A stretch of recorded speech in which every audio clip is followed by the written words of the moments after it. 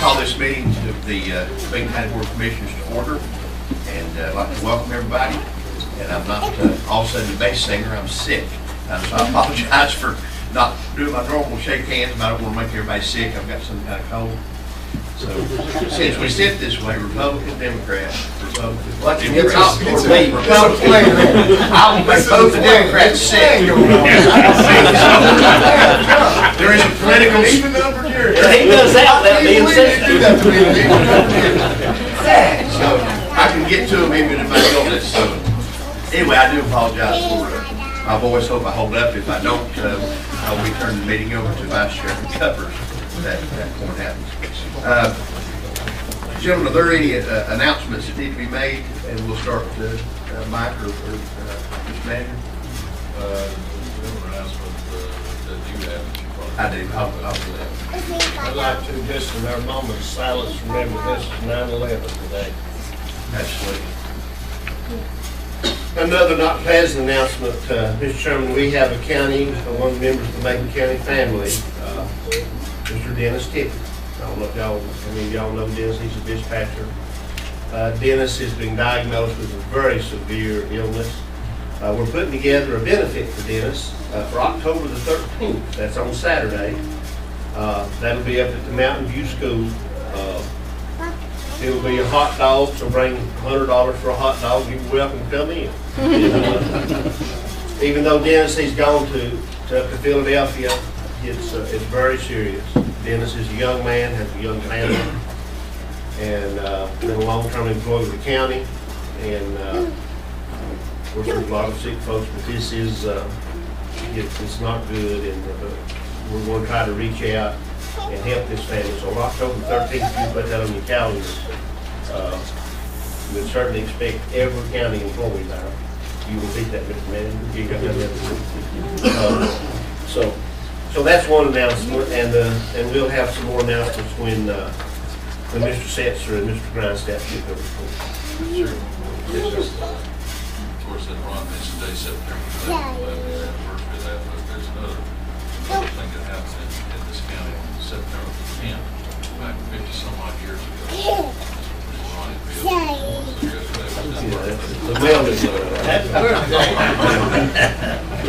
And one more before we move on, let's do remember that this is the Macon County Fire Week.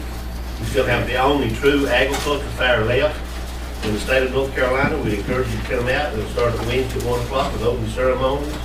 The fair continues to grow.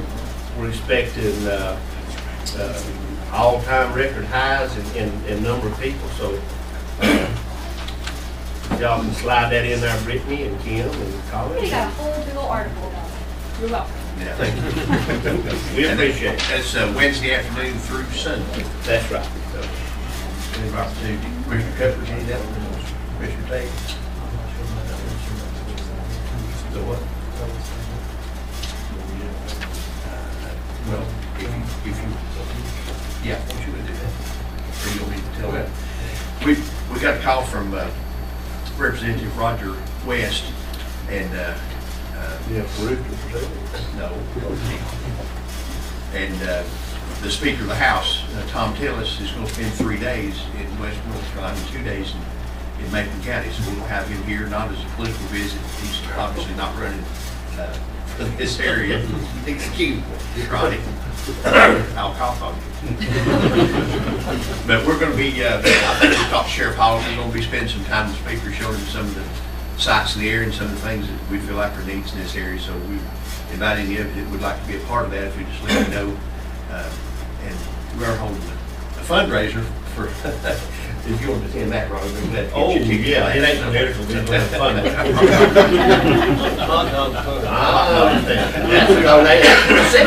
I'm making a public announcement. Anybody welcome to come. The other thing that I had was we wanted to recognize one of our own, Steve Ledford, as many of you know, is our Public Works Director for Macon County. And Steve was inducted, I believe this was Friday, Jack, is that right? Into the North Carolina Mountain State Fair Livestock Hall of Fame. That's a mouthful, but that's a pretty big deal. I think they induct maybe 1 or 2 people a year. This year, a guy named Mike Stiles from, I believe Mike was from with Cherokee County, and then Steve Ledford of Macon County. Each one of them received a plaque for their accomplishments. In addition, there'll be a plaque in their honor displayed in the livestock arena following the state fair. So that's a pretty big deal. And there's an article out on it if you've not seen it on the North Carolina Department of Agriculture website with a nice quote from Agriculture Commissioner Steve Troxler. He said Steve has had a tremendous impact on animal agriculture in western North Carolina. So we're proud of Steve, and proud that he's one of our own county employees. So Steve, we're proud of him. Let's give Steve a nice hand. Steve continues to work with all the young folks at the Macon County Fire with the cattle and the steers. So he's a great asset not only to the county, but in a lot of ways that people don't know. Anything else? If we're going to stand and have our own silence. Commissioner Haber mentioned 9/11. Certainly remember that. Certainly remember the family's been mentioned here tonight for having illness. And this is the time we can just sort of reflect on what's important to us and take the thoughts of the day out of our mind and focus on the business at hand tonight. So if you would join me in silence.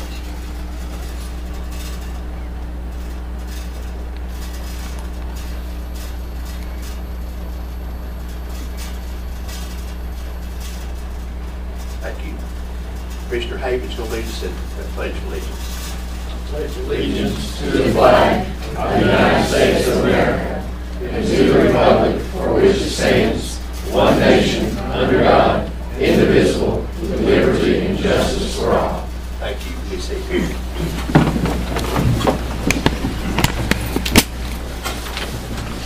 We have a public hearing, I guess, Jack scheduled with North Carolina Department of Transportation, secondary road program.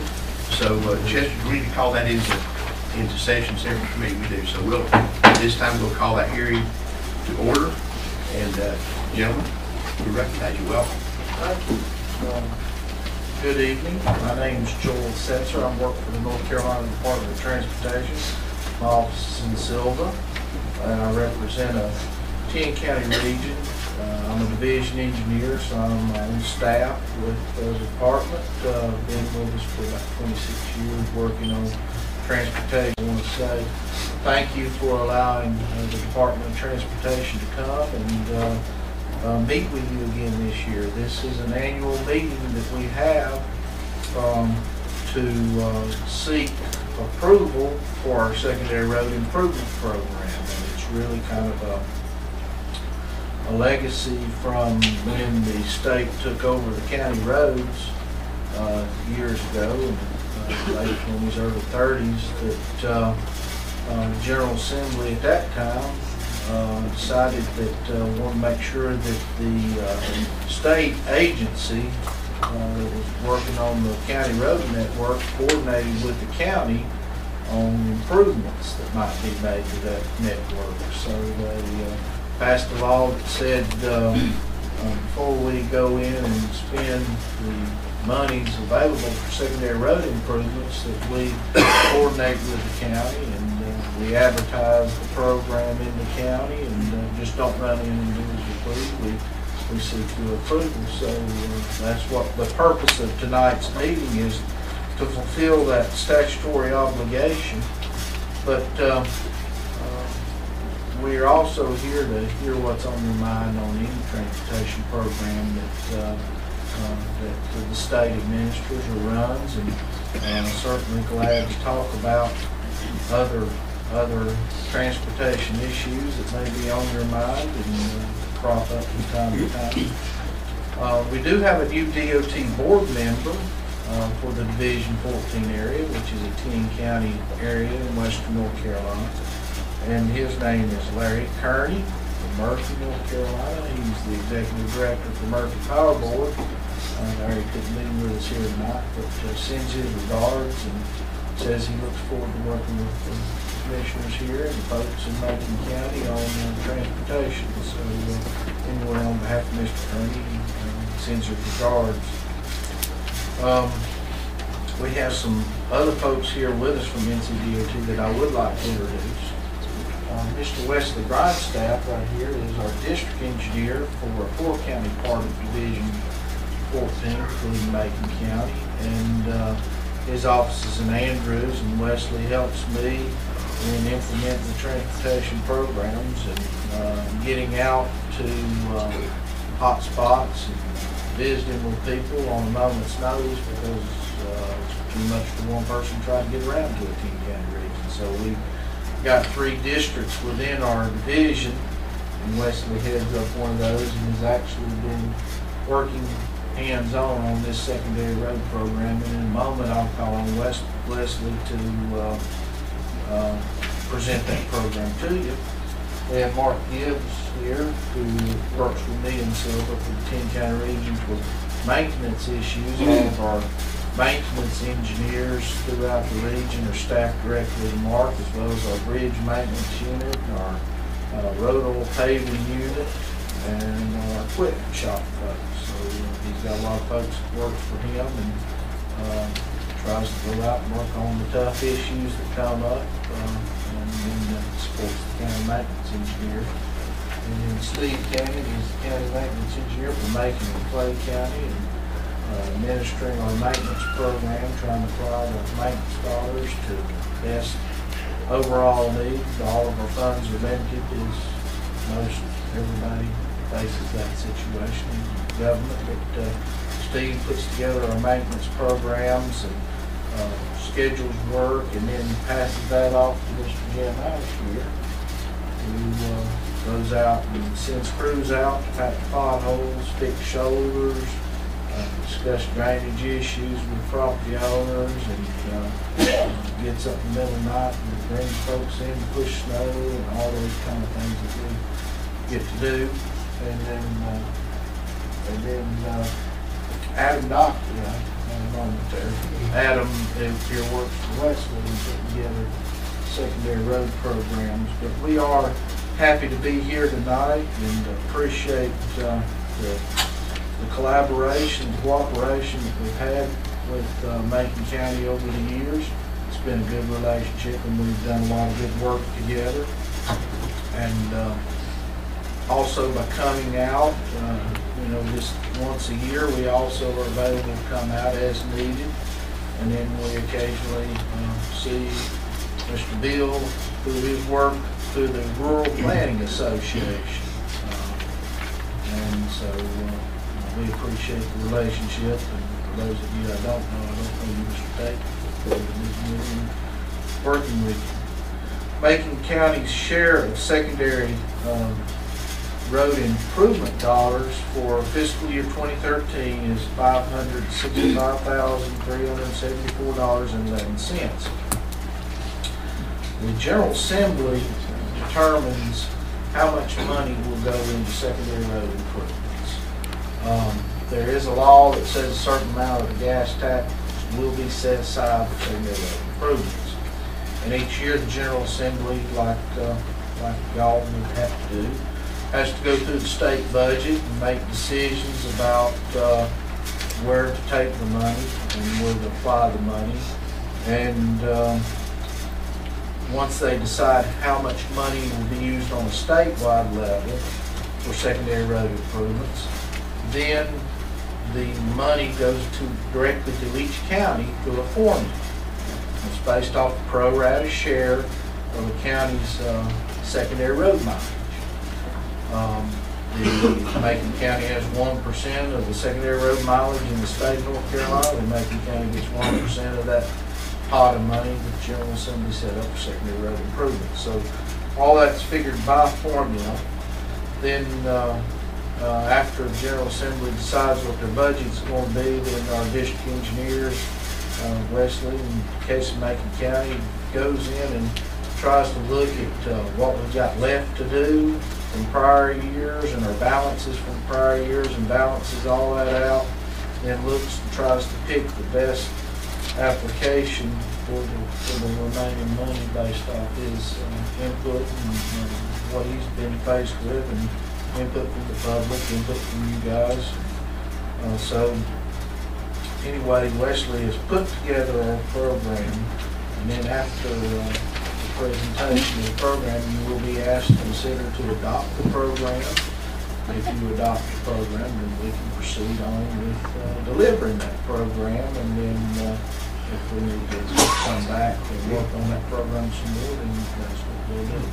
After Wesley gets done presenting the program, we'll take commissioners' questions or comments, and then we're also here for a public hearing to hear from the citizens of the county, and then anybody else that may have a question or comment, so we'll be glad to address their questions. And again, what you'll be asked to adopt is for the secondary road program monies, but if you have other questions about other programs, we'll be around, and that's why we kind of bring a little team here, is to try to answer all your questions.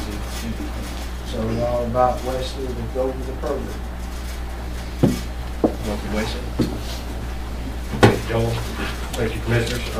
My name's Wesley Grindstaff. I'm district engineer with DOT. As Joel said, I work out of Andrews, and I cover 4 westernmost counties: Cherokee, Clay, Graham, and Macon counties. I'm going to go over the secondary pro program with you for fiscal year 2013. When the sheriff walked in tonight, he looked at me and said, "Is this going to take long?" And I looked down at the program, and I assured him it was going to be free. So, yeah, it is. First, you'll see this amount is $565,000. That is considerably less than what you have seen in the past. We were not allocated the funds that we had typically received in the past. So what I want to do is first start with that first column you see. I'm hoping all of y'all have a program. I think I got you one, folks, on it. I had left a stack back there on the table as well. If anyone needs, there should be plenty of copies back there.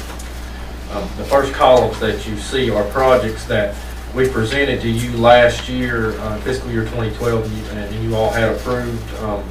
These projects are for AST strengthening, or that chip seal type application that you see on a lot of our roads that we do.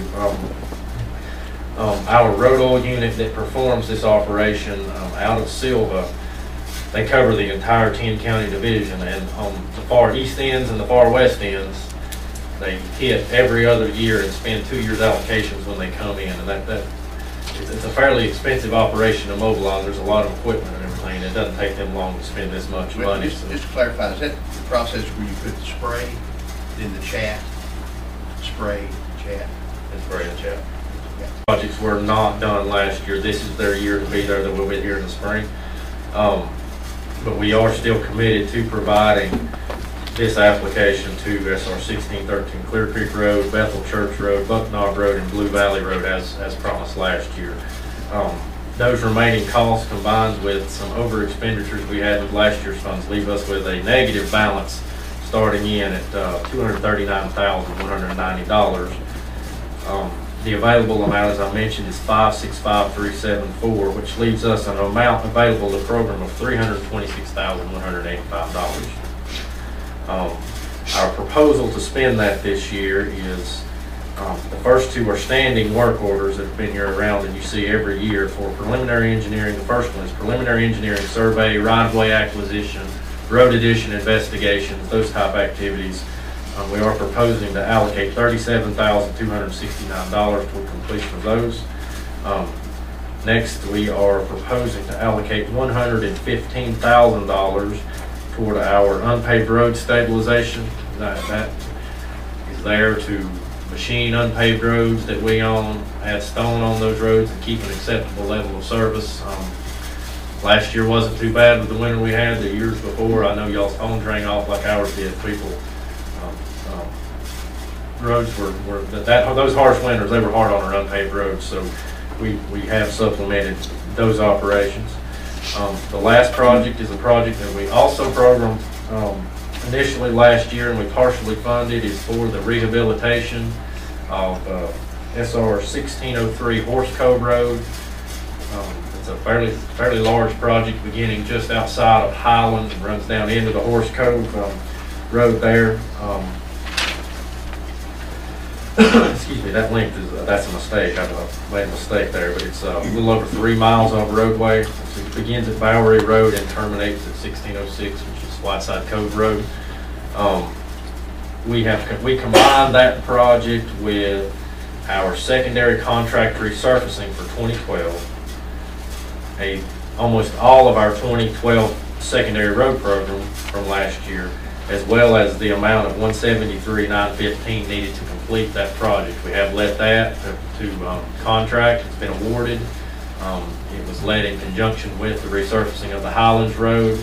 The total cost of that project is going to be right at pushing $1.4 million, so it was a fairly sizable project. It took a couple of years application. It was a very much needed project and worthwhile, I feel. So, with that being said, we made record time spending $565,000, but that is how we are proposing to spend the fiscal year 2013 funds.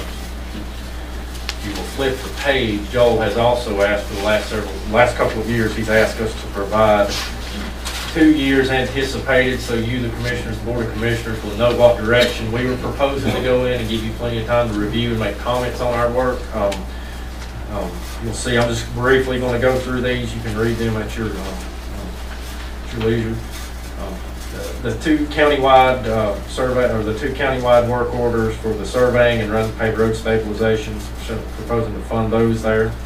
The AST strengthening, looking at doing this operation and taking a percentage of the funds and doing it every year. We're proposing those to go on Long Branch Road, Kirkland Road, Coweta Lab Road, Vestal Cochran, Otter Mountain Road, and Hampton Branch Road. Many of those are in the Nantahala community. Some of them doesn't jump out at you. The last project, and this is one that's been ongoing for several years now. As we've had funding, been on and off of it, but the last portion of the Mountain Grove / Onion Mountain Road, we are desperately wanting to finish that section up. We're in what we call the easy part now, so we're on the far east end of that project and near completion. We're proposing to take the remaining 2014 allocations and supplement that project. Flip to 2015. While we're on that road, if you look at the bottom, we've got about another $60,000 left over, so we're going to try to finish that road out by the end of 2015. Also in 2015, the AST strengthening that we mentioned on Bethel Church, Lopes Road, Gold Mine, Dindy Orchard, and actually doing a road that was recently added to the system, Burningtown Church Road. We're looking at widening and paving that roadway for facilitate the homes and church on that road with the 2015 program. Those are there for your information, for your review. You can look at and feel free to contact me in the future. Out of this meeting, what we're really asking for is the 2013. That's the one that we'll ask you to consider if you're in agreement to pass a resolution. And I think you have that resolution on the file. Be happy to take any questions you have from the commissioners or from the public on this road program and answer the best we can. And Wesley, just clarification, I think everybody understands, but just to be clear, the 2014 allocation, 2015, you actually don't have those funds yet, so you just use the figures for this year and assume that you're going to get the same thing. It may be more, maybe less. That is exactly right. Yeah, we're hoping for more, but we go on. Especially, I think we need to mention that the capping of the gas tax is a double-edged sword. The capping of the gas tax is limited to funding. If you don't speak to that, Joe, we've had this discussion. Right. And so if you want to speak to that, by capping the gas tax, of course, it limits the funds, especially for secondary road maintenance and upgrades. So if you want to speak to that. Well, General Assembly did make a choice to cap the gas tax to keep it from rising. The gas tax rises with the price of wholesale fuel. And wholesale fuel, you've seen what's happening with that. So the gas tax would have risen, and so General Assembly decided to cap it. And when they did so, they had to adjust the budget. And when they adjusted the budget, they had to make choices about where to take it from. And secondary road program was one of those places. There was also some transfer. I'm not a budget expert, but I do know there was some kind of transfer from secondary road funds to plug a hole somewhere in the general fund. Wanted to make that. Now, how many miles of unpaved roads do we still have, Wesley?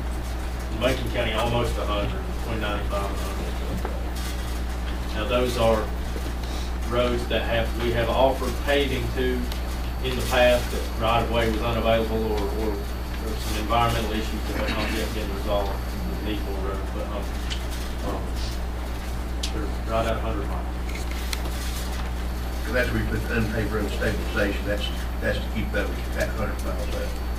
If you have a bad room, the body keeps falling out of them, and I'll call Wesley, and he'll come and we'll go, and as RPO, and that's through the whole district. But, Mr. Chairman, just let me say about our DOT, and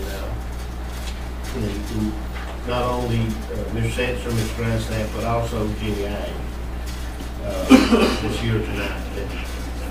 It's never failed that when we've called on these folks that we needed help somewhere, maybe they couldn't do it right then, but they certainly put out an effort, and it's appreciated. I think the citizens appreciate it, and we appreciate it very much. The work that was done on Buck Creek Road, we don't know if it saved lives or not, but we can sleep better, you know. So thank you for that. Thank you for the pavement. I bet you talk to Commissioner Tate on me, and I think he appreciates the pavement, and they've done a great job. So we still have many concerns about the county and taking over the road programs. That's not a dead subject, as we all know. And we worry about that, especially during the mountains. So we appreciate what to do, and all we can do, Mecklenburg County left have it tomorrow. That's been said to me. That's By the guy coming to do that's benefit. That's one thing that we talked to Mr. Till's about. Yeah, well, he's from Mecklenburg County, he'd be good to talk to. So, but we need to, we can't imagine what it would do to our tax rate here, to see what the state does. But I just want to say, having worked closely with Mr. Grindstaff and with Jim Ash, had Scott Cook over here this week, me and him rode all over looking at some signage that we'd like to get improved on, and he's working with us on that. We appreciate those things. So we thank you for the job that you do, and we know that we would, Wesley and I had talked about what kind of money we'd end up with, and it's a little bit more than what I thought we'd end up with, which I'll just be honest with you. And I'm glad, now we appreciate it. It ain't much. I remember them years for $4.5 million. Oh, yeah, I do too. But we also know that if there's a road in any of our districts sitting on this board that needs some attention, you'll contact these men, they'll somebody come talk to you. So just want to throw that in. Thank you, sir. That's been a great study. We have studied that to see if the traffic counts and accident history are enough to meet the warrants for a traffic signal. The state of North Carolina adopts a national standard for putting in traffic signals. It's called the Manual on Uniform Traffic Control Devices, or the MUTCD, as people in the trade call it. And it lists a certain number of warrants for putting in a signal. And then it says if you don't meet these warrants, you really take on a liability and really a lot of risk as an agency for putting in the traffic signal.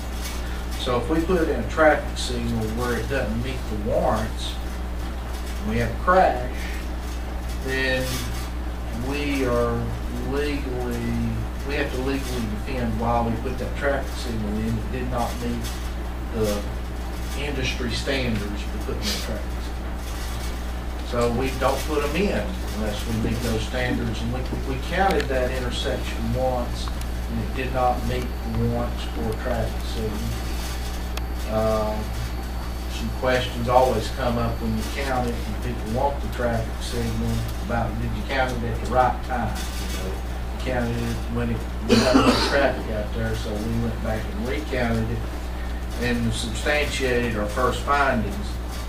So right now, the department's position is we can't put a traffic signal in. So we started looking around at other options, and did we just not discuss this one the other day, and did we just not decide to put some money on it, the right turn lane, my recollection? Yeah, Scott Cook, you said mentioned, I don't want to take over, but he looked at it, and it's his opinion as a traffic engineer, and that's what he does, that an extended right turn lane that backs up through the school driveway there will alleviate a lot of that queuing. Joel We had that discussion. So, can't do a traffic signal for some legal reasons. We looked around at what we could do. And what we could do was this right turn lane. And we discussed it with probably about 20 other projects about another fund called Small Construction Funding about 2 weeks ago. And this was one of 3 projects that made it. So we felt good that we were able to do that for Macon County. But I have to say no to the traffic signal right now. But yes, hopefully something that will give you some relief. Yes, just to follow up on that, Scott did come over one morning early, and we met him out there, myself and the superintendent, who, deputy sheriff said, Yeah. traffic out there. And we watched the traffic flow, and Scott talked at that, 5 lane turn, which eliminated a lot of problems. And actually did have a discussion with the 2 officers who out there directing traffic, of course, that one that they agreed. They thought that would actually work better in that situation, and they're out there every day and they put in their signal. So he thought that was probably a good solution, at least for the time being, and this is good enough to nail it. Well, I think whatever you have on it, Mr. Central, why don't you ask about this, and then I'll ask next time. I know that our sheriff department budget has come way down and something there. I know that I was speaking to the sheriff not too long ago about the expense on the officers out there. And it's just been real good. And one more thing I wanted to ask about, we don't have anything on the big one project list. Is there anything coming inside? The Needmore Road is part, it was initially part of this type of program, secondary roads program. It got to where the environmental concerns and the environmental agency concerns became so great that the department took that project out of this program and put it in our statewide transportation improvement program. And therein it is. Now, we for years have been in coordination, consultation with environmental agencies about how we're going to improve that road and, protect the resources, mostly in the river. There are other resources. There's a cultural resource, like the historic district. I'll look back at what Brian said. There's, I gave him the night off, I guess. But anyway, the real short end of it is we're still working on trying to reach a consensus that gives that road meaningful improvements that also we can get permits from environmental agencies. Well, I can't let you get out of Before, here. let me ask mine first. You Oh, come on now. I've been waiting real patient over here. Do we know where we stand, Wesley, on the, and we put this before, when we, in Macon County, this was one of the top 3 things. We think it's the most dangerous section of road we have. And that's, of course, coming from at the intersections, as you go across the bypass, from there to the end of the fairgrounds. With all these turning lanes, and nobody knows which lane to get in, including myself.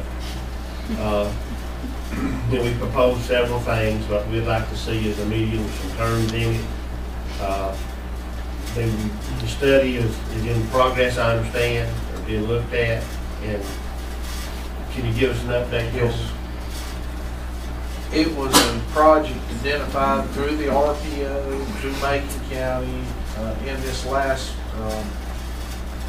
call for projects to evaluate on a statewide priority.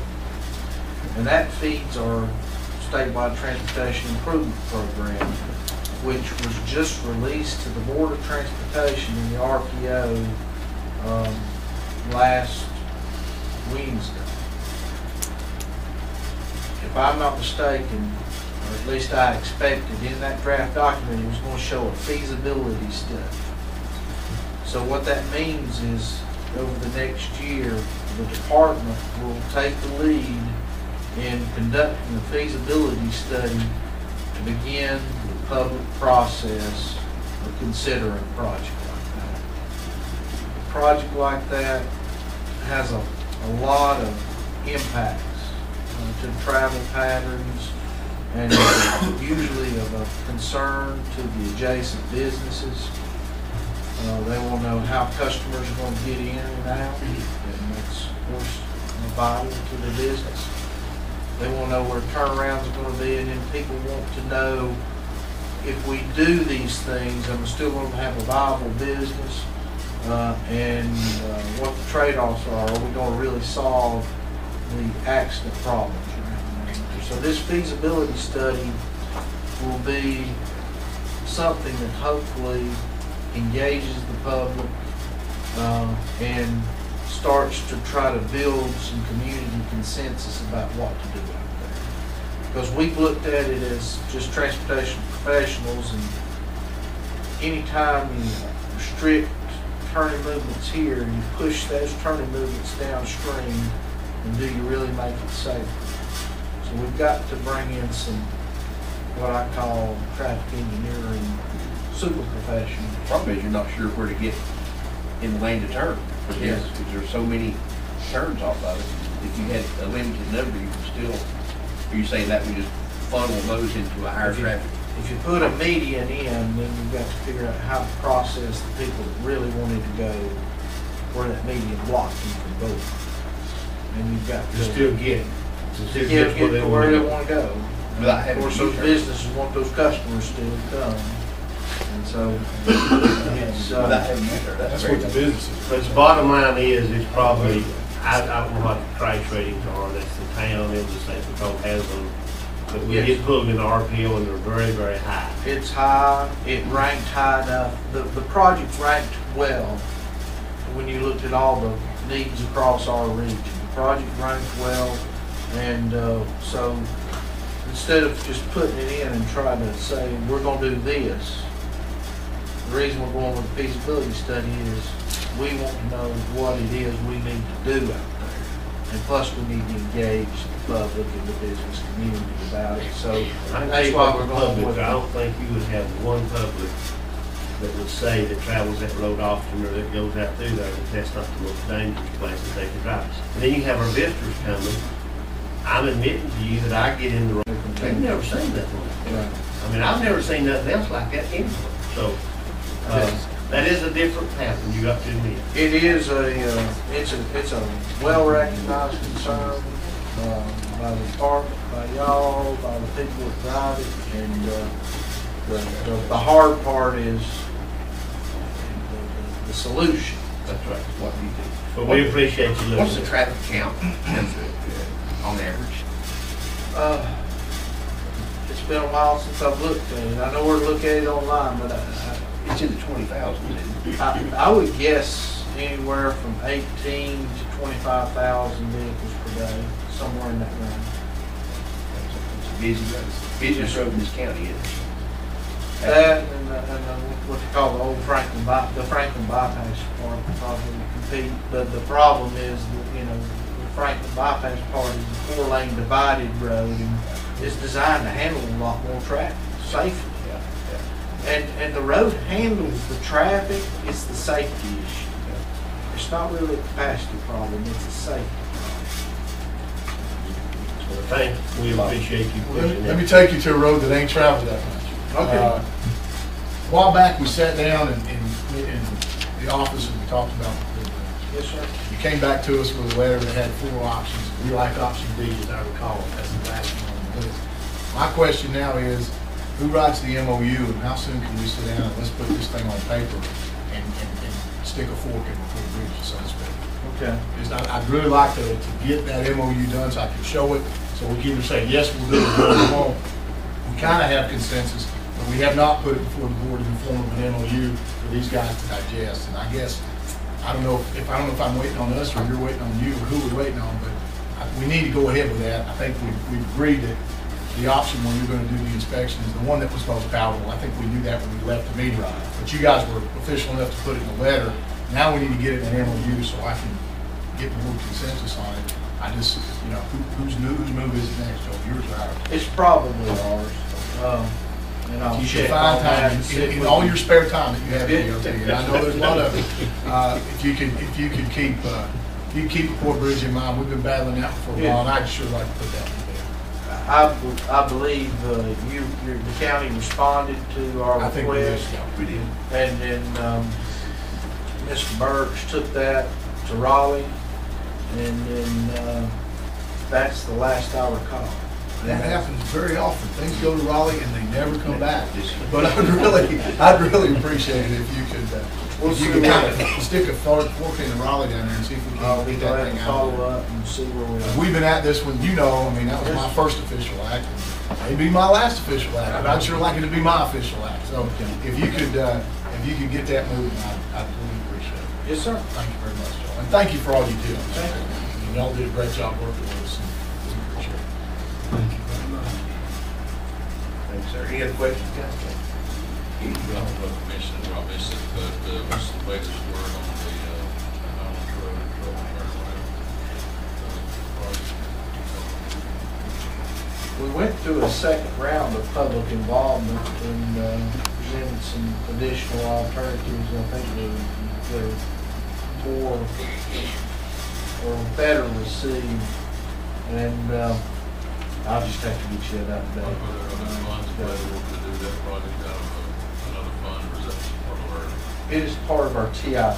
It is a TIP project with the goal of doing everything we know that we can do to keep tractor trailers from making a mistake that they can go on that road. Would be helpful to all of us. Before Joel sets down, two quick things. One pleasant, one not so pleasant at all. First of all, Mr. Setzer, our hearts and condolences go out to your DOT family for the loss of your DOT and these fellows' colleagues in Cherokee County. And along with that, I've been talking to Jimmy Ash and some others that on the association, on their, they have a subcommittee on transportation.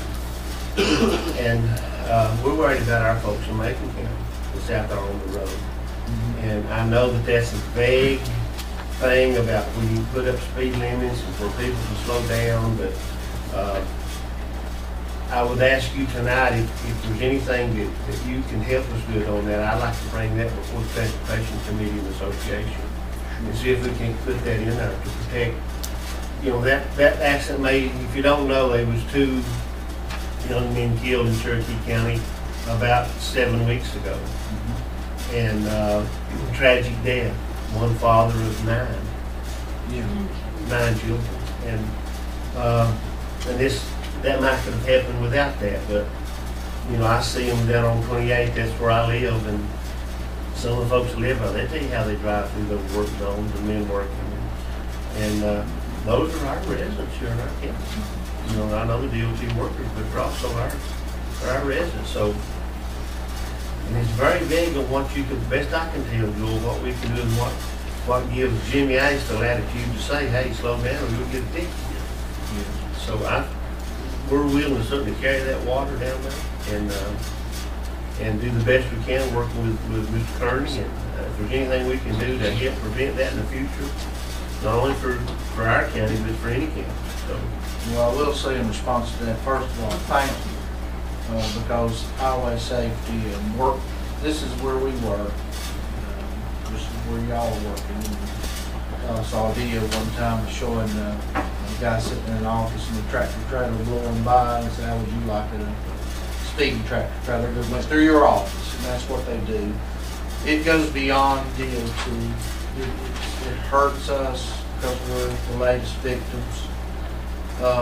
Utility workers out there, law enforcement officers are out there, and contractors are out there working on roads.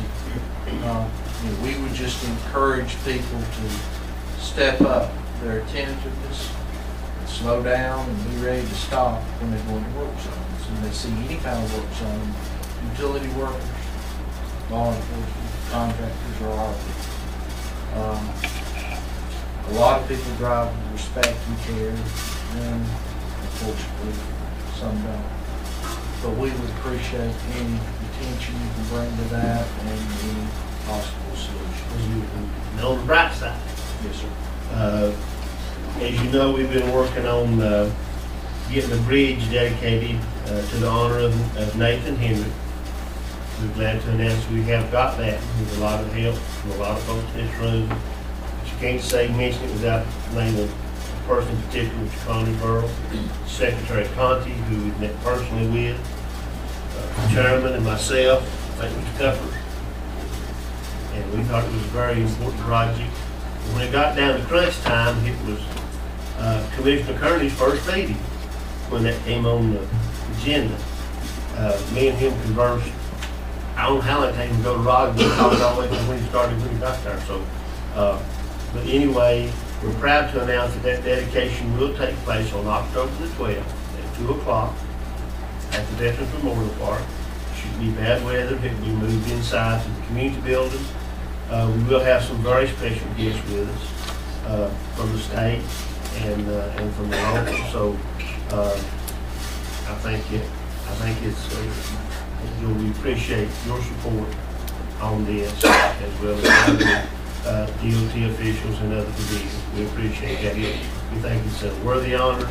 And for the folks that don't know, the bridge that we're talking about that will be dedicated is the overpass bridge when you go over the 64 West East bypass. And that will be the bridge dedicated to Nathan Henry. And if you don't know who Nathan Henry is, that's a whole nother discussion. He's not only all veterans are heroes, but this man carries a special thing. But he was not given the bridge dedication because of his service. He was given the bridge dedication because of his community service. As we all have Blue Star highways in North Carolina, you don't see nothing named for veterans on the highway, you know. Because there's not enough to recognize all of our veterans. So Nathan Henry was recognized as his community effort, which is vast, and so we want to make that announcement. I asked the chairman, so that'll be on October the 12th, and we look for, it'll be a short program, there'll be some very special speakers, and we look forward to that, so thank you very much. We look forward to it too. Mr. Henry certainly very deserving. One more. I've had several calls, and I really can't give an answer, but a lot of people want to intend to use the Greenway, and we've lost it. I'm sorry I don't, but I'll be glad to get that information. We were told November 1st. I can tell you that I did call. I called Mr. Birch on that. Okay. And he was kind enough to get back to me. And I never did get back to him to tell him that I got his message. Okay. He basically said not before November 1st is what he thought. Then there were some other conversations, and maybe it's a little better than that. I think we'll hear a few minutes about that. But somewhere around November 1st. And really the issue is, I think, a run that we like to have. I'm just going to steal all your thunder. It's what you get for calling me, okay? And well, I'm going to let Dave Lynn talk to it when he gets here. I hope some of you will still be here when he gets that chance, because I think he's got a very important. He's next on the agenda. And we would really like to see if he can get access to the whole green. That's our. We'll stick around and we'll try to work with you and try to coordinate it. He promised me he'd be short, so he won't take a long time, Joe. If we ever get this resolution voted on, we'll get him up here. So, thanks, Joe. Appreciate that. All right, gentlemen. What we've been asked to consider is the, Joel, as I understand it, the west of the Oh, that's right. I'm sorry. I don't call for that. Is the leftover from fiscal 2013. The leftover from 2012, now that's already programmed. I just put that on there to let you know it's still going to So we happen. have to vote on that. We must vote on the fiscal year 2013 program, which, as you know, there's 3 items. Do we have anyone else? We didn't have anybody signed up to speak, but we recognize anybody else that wants to speak to our secondary roads program at this time. Anybody else? Okay. We declare it closed.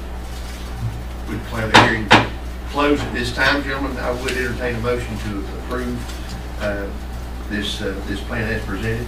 Motion to approve, Chairman. There's a motion by Commissioner Beal, second by Haven. to approve the program as presented. In discussion? All in favor say aye. Aye. Opposed? That motion passes unanimously. Thank you, gentlemen, for that. Next on the agenda is our public comment, and we have one person signed up, Mr. Dave Lynn.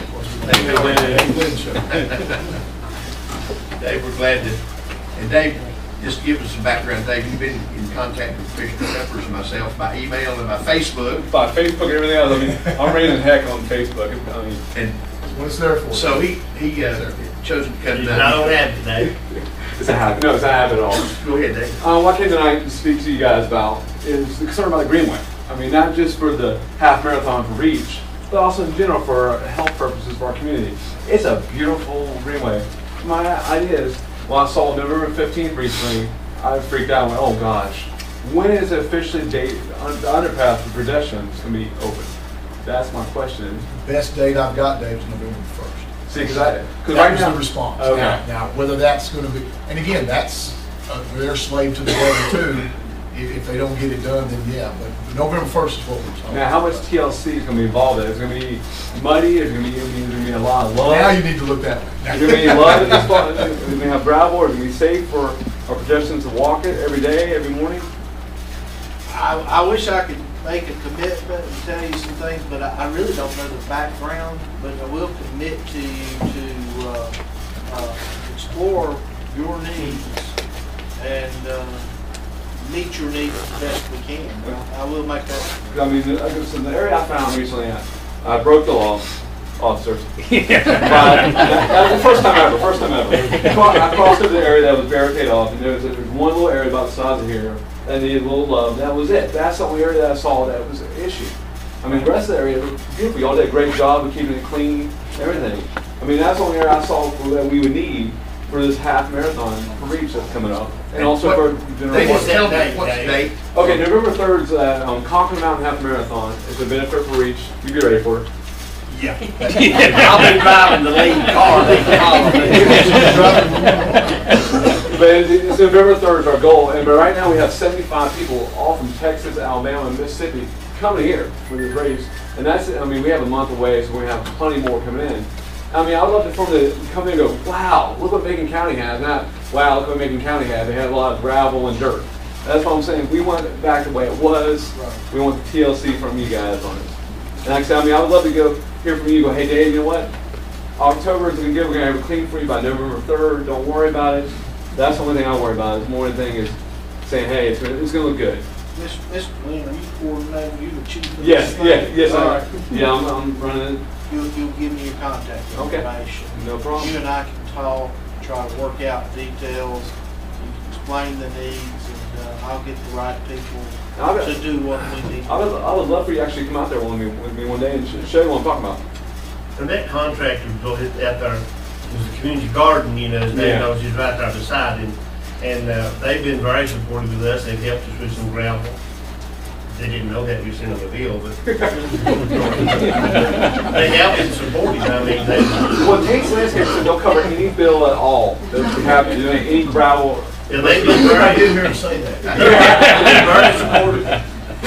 But I mean, more than thing like I said, like he's saying, I mean, the garden out there, because I mean, it's just beautiful. I mean, the whole area, it was dedicated years ago, and it's been out in service now for 2 years to the Walmart.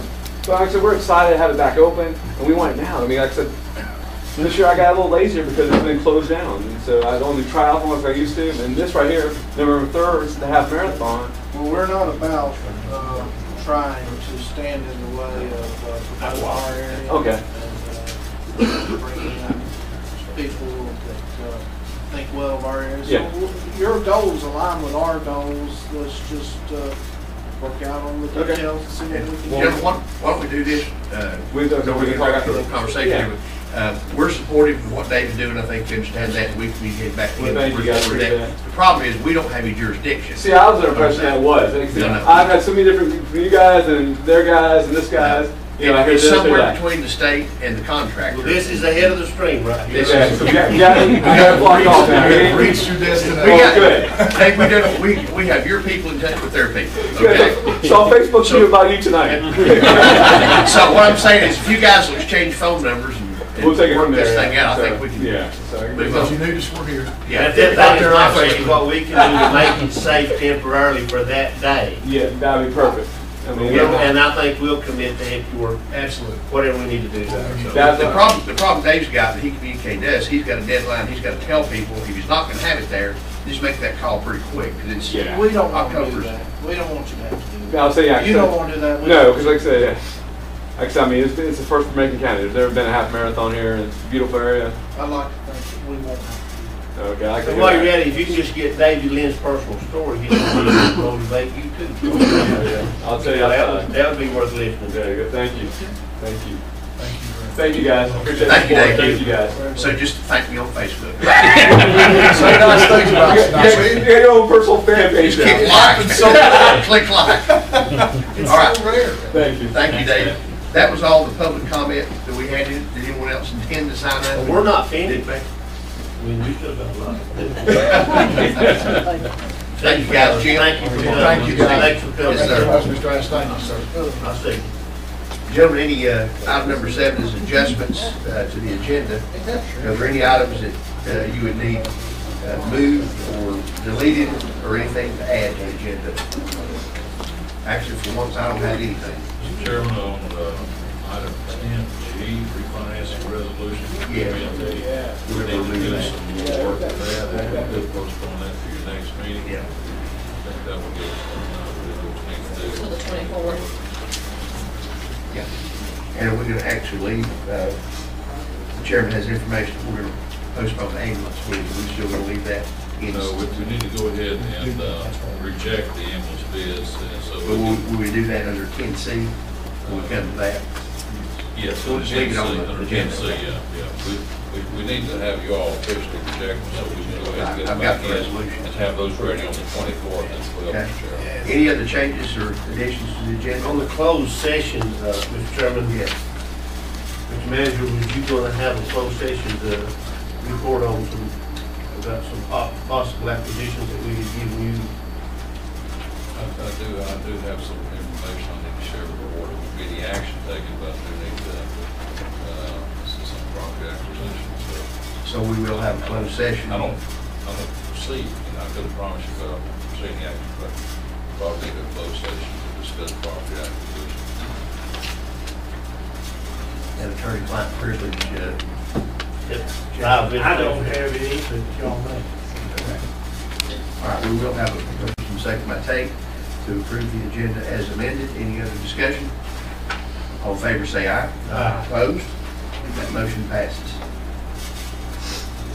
We have, under reports and presentations, we have Gene Robinson with Webster Enterprises, Executive Director. So, Gene, welcome. Thank you. I want to thank you for allowing me to come back and talk with you again. Glad you're here. It's been a little over a year. I had just come over a year and a half.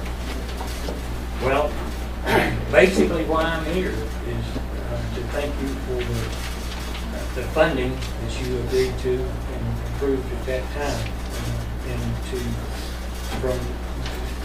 bring you from the Board of Trustees for Webster Enterprises and from all the staff and all the people who work there. It was greatly appreciated and was well used.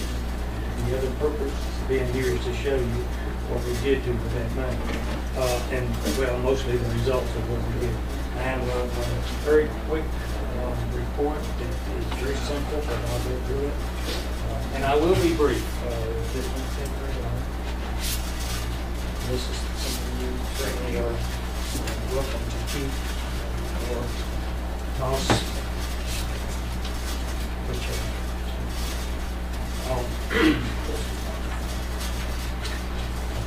We, with your help, with that $20,000, $10,000 for each year, for the past 2 years, we were able to accomplish a great deal in terms of the revitalization program that Webster entered into a couple of years ago. And the first page of that report shows the 3 stages of that revitalization program. We're now heading into the 3rd stage. And I won't read everything that's there, you're looking right at it. If you have any questions, I'll be glad to answer those. If you go to the next page, that page lists all the grant money that we were able to receive from a number of different sources that are listed there. We received and expended all of that money with the exception of $64,000 from Golden Gate. So we still have grant money of that amount that will go towards the second phase of our revitalization effort, which is basically to bring the manufacturing capacity up to par. If you go to the next page, quickly flip over that because that's just items that we have bought that will allow us to be a great deal more efficient with our manufacturing operation. And if you remember, we earn approximately 95–96% of our operating costs from our manufacturing. Not too many places that provide the kind of training that we do can boast that. If you go to the next page, that shows the payroll for Webster Enterprises starting in 2006–2007, all the way up to what we have projected for this year, which will be a little over $700,000, which is an increase from $456,000. Tremendous increase. If you go to the next page, you see the highlighted items there. It goes back to August of 2010, which is the month and the day that we started our revitalization process. We had 35 people there at that time. And I'll jump ahead to July of 2012. We're up to 54 people, so we've increased significantly. Now, I want to point out that that's in light of the fact that we haven't, at that time, we haven't actually finished our second stage of the revitalization effort. We didn't expect to grow that much. We've exceeded our expectations a great deal. And also, I want to say that now we're in a position where we're going to jump very quickly a great deal more in terms of products that we produce, in terms of people that we serve, in terms of individuals that come to us for training and are placed on competitive work. I think last month we've placed 3 people in competitive employment. We expect that to grow very rapidly as well.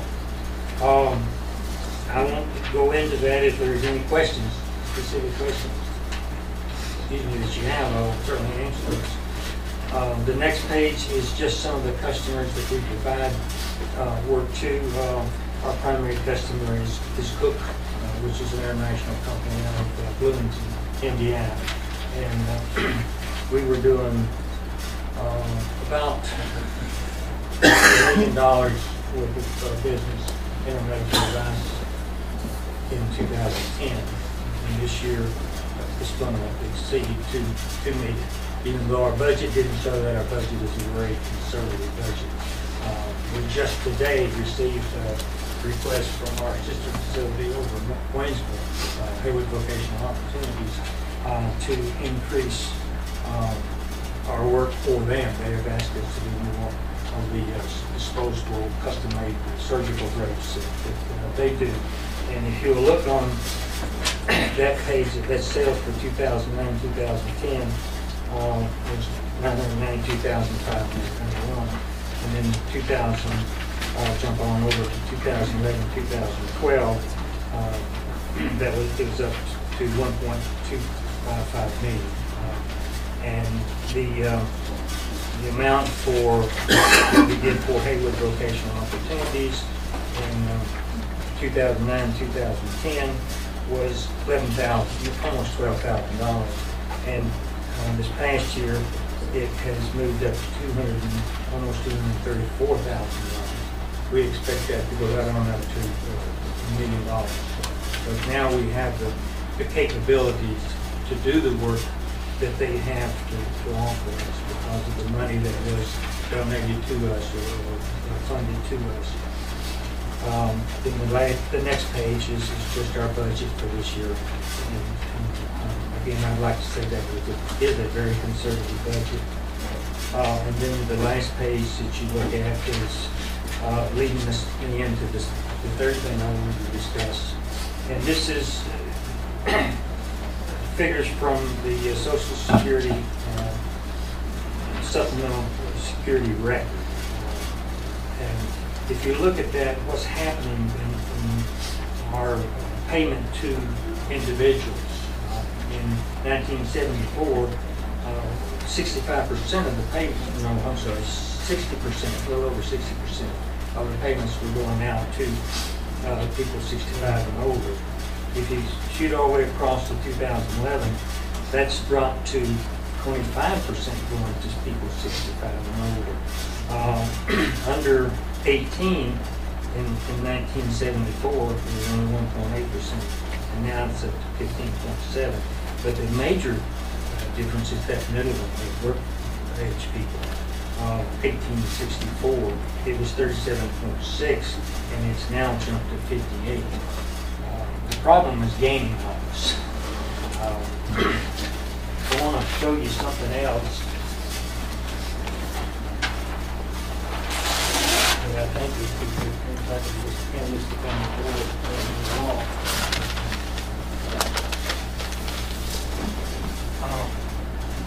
In the U.S., in the total country today, and these are figures again from government records. I'm saying I'm not political. I'm a real independent. So these reflect what's happening, what I think find the best of our ability to react. 10,734,000 people receiving disability insurance, and that figure is growing rapidly. That's $10,298,000,000 just for that one government payment. And for SSI payments, there's 8,162,000 receiving SSI payments at a rate of $4,507,000,000. Like I say, the problem is growing on us. It's growing very fast. We have over 5,000 people in Jackson, Macon, Twin County that's receiving unemployment insurance. Yet I've got a company, a large company in Jackson County that can't find people to go to work for. In Macon, Twin County, there's 10,000 people that work in age with a disability. So, if you notice, I haven't come to ask for money this time. Probably at some point in time, I will be back to answer. So we're going to have to expand our facility. We're going to have to grow within the next couple of years our physical plant in order to be able to handle the job that's facing us. And I think that we're on the right track. And within that period of time, right now we have space. But within 2 years, we're going to be absolutely out of space, and we're not going to have any more room to bring more people in. One thing I forgot to share with you in the previous information is that we are right now not getting any money from mental health to provide services to the VD population. Part of that is problems that Webster had in the past. They let the money go. And now it's not coming back. We can't get it. No matter how good a job we do, they're just saying there's no money there. So we're going to have to earn the money in order to provide that service. And this is for people who are not capable of going out and working hard at a job in the community, but still need to work and still can be productive. We've had people in that category that work at standard industrial production rates, but they can't go out in the community. This is a lot of these people that we're talking about, a lot of the 10,000 people who need to provide services. Just one more thing I'd like to say. Well, let me throw out questions. Is there any questions that I can answer? Just to jump, first off, Mr. Robertson, maybe some of the board that don't know, Mr. Robertson was basically brought out, not only from the bullpen, but he was in retirement. To come back to legislative practice, along with some other folks in this room, brought it back to life. That we know for sure. There's no argument about that. And we appreciate it. And I've been over and I think most of us have been over. Kevin's mama, of course, worked our back in the day. Used to have an association. So we appreciate, it seems like you've done a marvelous job with your staff, Mr. Robertson, and we're glad you feel that. Because we know what shape it was in when you first came to us. I remember that. Well, we have a really good staff. Yeah. But what I do want to know is, you have 19 people that are now July of 12 compared to August of 10. You've increased 19 people. All those 19 people, do you believe come from? What county? I can share with you numbers that from Macon County. In the past year, we've served 25 people from Macon County. We currently have 5 people in training from Macon County. Transit's still bringing those 9 people.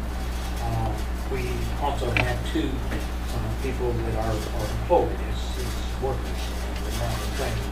They may have been in training, and then they got good enough that we just hired them.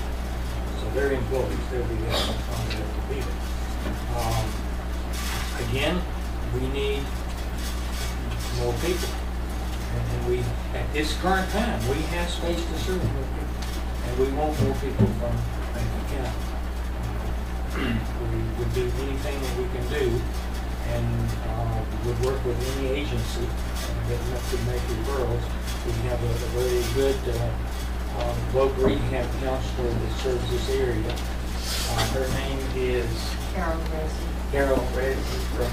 She's out of working out of the civil office, but she serves this area, and she does make referrals to us, but she gets the referrals, we don't get the referrals. So if the Department of Social Services could dig a little bit and make those referrals to her, or make them directly to us, we care of it. But we certainly would like to see we are working with the Jackson County Transit to develop their program so that we will be able to pick up people in the fringe areas. And if they can get to pickup point, then we could, transits can work together. We're working with Swain County on that, and we certainly want to work with Macon County. There is some money through the Department of Transportation for that purpose. And we're working with the Jackson County Transit to get that money. Hopefully next year we can have that. Mr. Robinson said this is remarkable cure and this economy is doing as well. I did have a question on you said you needed more people in it, employees. Yeah, we have People working. yes. Right now we're advertising for 2 staff people. We're growing staff as well. But what I was referring to, we need more clients. Yeah. We need more people. And there's stipulations that come with these clients. Yes. So that's why we're there. We are fortunate in the fact that our major business is surgical bread cheese. And that business is growing and is projected to grow because of healthcare. So we're very fortunate in that respect. And something else I didn't mention, about 6 months ago, we started a new effort because of Hometex, which is a large sewing plant that came out of Alabama. It's called the old Chasm plant, a huge plant in Southern. We have set up a sewing training operation. They need 100 people to do that. So we're now with the help of a number of different organizations, including Goodwill Industries. We've got money, we bought sewing machines, we've renovated the building, and we've got our sister program out in Andrews, which is big into sewing, has been for the last 30 years. They're feeding work into us, and those take more. I'm going out there tomorrow to try to pick up some more. or from them. Customers that are coming back from overseas now. They are so busy they can't do it all. And so they're shifting to us. We're in the process of right now of renovating another 1,500 square feet addition to that. And we're asking for money from Sisters of Mercy and from Evergreen Foundation for that process. We've got almost half of it done. We did on our own. But that'll give us a 3,000 square foot facility that would be dedicated just to solar. You know, this area of solar was really big 20 years ago. Robin, will you introduce the folks you brought with you that work so hard every day to keep that place going? I will very gladly do that. On my right over here is Kathleen Redmond, and she is our director of our rehab facility. She is the one who takes care of those individuals and sees if they get the proper training. And she has a staff working on her. And next to her is Marcella Stellers. Marcella's been with Webster Enterprises for 17 years. She's our director of administration, and she does a lot of it. Next to her is David Redmond, and he is a volunteer, but he is doing our public relations, which is something that we have missed for a while. Glad you're here. Thank you for what. Mr. Robinson, I just like, because I was here when we made that decision to invest that money in. I'd just like to congratulate you as well as say thanks on a remarkable turnaround. The only question I have is when you said 54, is that 54 clients and Macon County has 25 of those? Was that the word I heard, or have I got those numbers wrong? The 54, I have to refer back. We got 25 clients from Macon County out of how many, or if I got it wrong?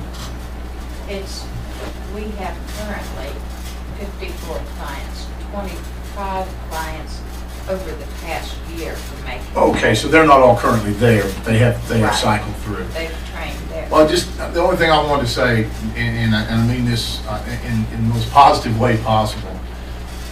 Sometimes when you sit up here, you catch a lot of flack when you spend money, because sometimes people don't share your vision of what that money can do.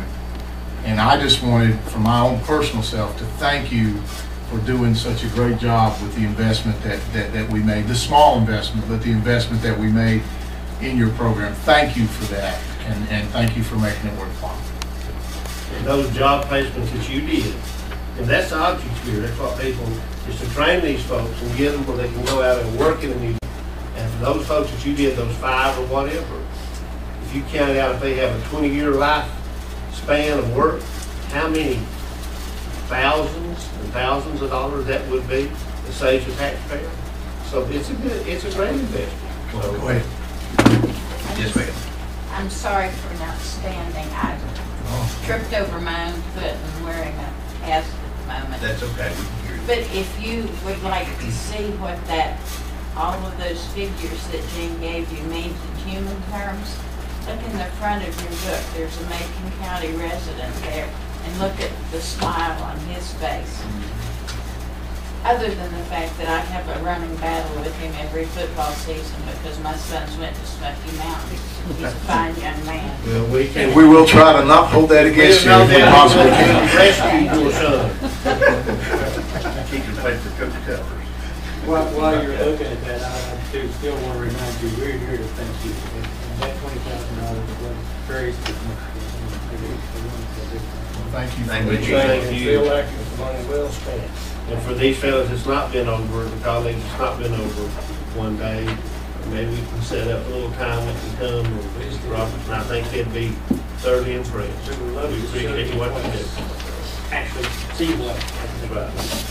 One last thing before I leave, remember I told you how I'm doing things, I'm not good. Sometimes I vote for a person because, I never vote because they're important. You have former commissioner, now state senator, that has been an absolute hero to the programs here in the West. That's Jim Davis. He has done a marvelous job. He's visited every program in our Monty area, which is Boone West, taken time, I know he didn't have, he's a very busy person, and he's gone to each one of those programs. He's talked with them, he's met with us after hours, and he has taken our issues to Rob's golf course. He really wished he wouldn't have to cut the money, though.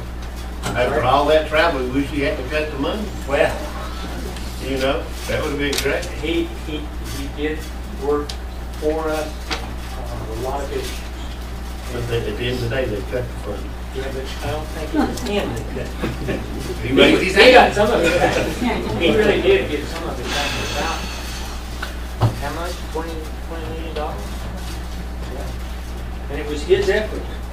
We got it back. So I am very grateful. That was good. Appreciate that.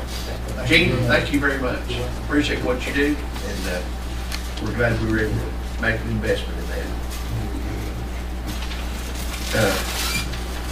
Under new business, or old business, I don't think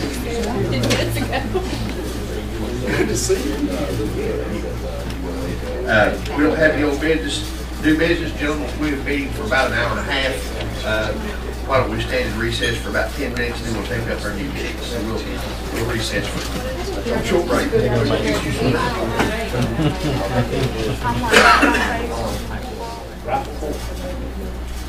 We'll call us back into order. Hope everybody had a good break. First of all, we'll recognize the county manager. Recommendation award for Swiss Colony water system improvement. Jackson. Chairman, you may recall that the county started the project, we call the Highway 28 River Bend Water Project a few years ago, and we were able to get 100% grant funding for that.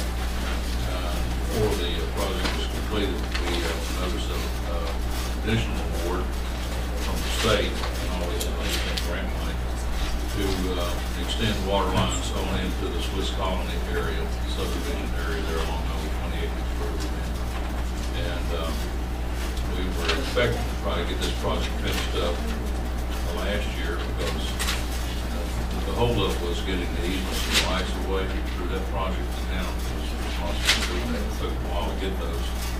They finally got those this past late spring, and we also were able to get some additional money, some additional grant money.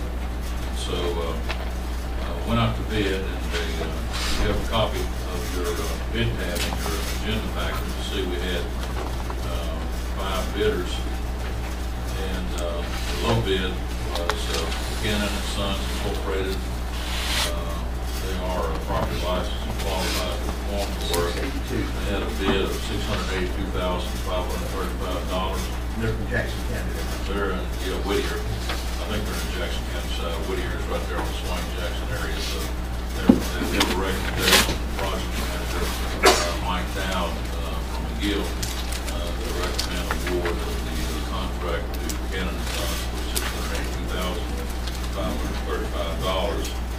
The question we had was, is there enough money in the budget to cover that? And we were about $186,000 over budget based on the lowest bid, but we were able to get another $190,000 to $125 from public water supply people to cover it. So we actually ended up with just a little bit more money than what we need to do the project. And we think probably, since this is a unit price basis, we should stay well within the money allocated for that. So the recommendation from the engineer is to award the contract to Cannon and Sons. We did check them out, and there's no reason to disqualify them from being a responsible bidder. So under state law, in order to award contracts, we must award those to the lowest responsible bidder, and based on the engineer's information and recommendation, that would be Is that contingent upon DBE? I mean, I saw that. Yeah, they still have. They have not done that yet. No, and they'll do that, as a matter of record, most of them will make an effort to solicit disadvantaged business enterprises, weapon and arms. Streetcar goes through and say that. So they will have to comply with that. Mr. Manager, I had trouble finding the contingency budget. I found it, but then I can't read it. Can you enlighten me just a touch on that? Yeah. contingency budget is $34,127. Well, considering what contingencies we've had, you know, for a $682,000 project and have that smaller contingency, does that give you any heartburn? I don't think so. I think Because knowing who the players are here, not to. But that's McGill would ever come back with one, but. that's a 5%. Yeah, that's 5%, but I think based on, this is a pretty simple project. This is basically, it's not very complicated at all. Should move along pretty quickly. I don't see any reason why we couldn't get through this project with contingency of 5%. So you're comfortable with that? I'm pretty comfortable. Now, I'd is have this- more, but 5% I think is pretty for this size project. And I'm not looking at the maps, and I'm sorry, but how are we gonna handle this when it goes to Nob Hill Road? This goes across West Colony, then Nob Hill Road is on another, is he gonna tie into that? Is that where the Hickory Knoll is? That's right. Okay. Yes, I know, yes. Yeah, okay. It's gonna cut through Swiss Colony, right through, between lots, to go over to Hickory Knob and Nob Hill area. all You live that. out And then You live tie out in there? there Yes. at the Alton Break Road. That's what I was leading at to get to Arthur Drake Road. Is this, Ties into that too. Upgrades some of that, most of that. is it upgraded down to on the road, on the entrance road from 28? Or No, from I think it's River Road? just in the residential section, it doesn't go all the way out to 28.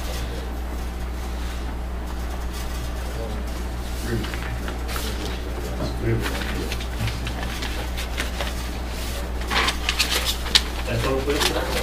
I agree with Jack. I think the low bid, I was just surprised at the difference in the bids. There was a huge, matter of fact, the high bid is 1.2 million, and the low bid is You feel 680,000. simple, Mr. Evans, who got work and who ain't. I understand, that's a big difference in bids. but We'll take the low. From that lowest bidder up to the next right there. Yeah, it is, a big difference.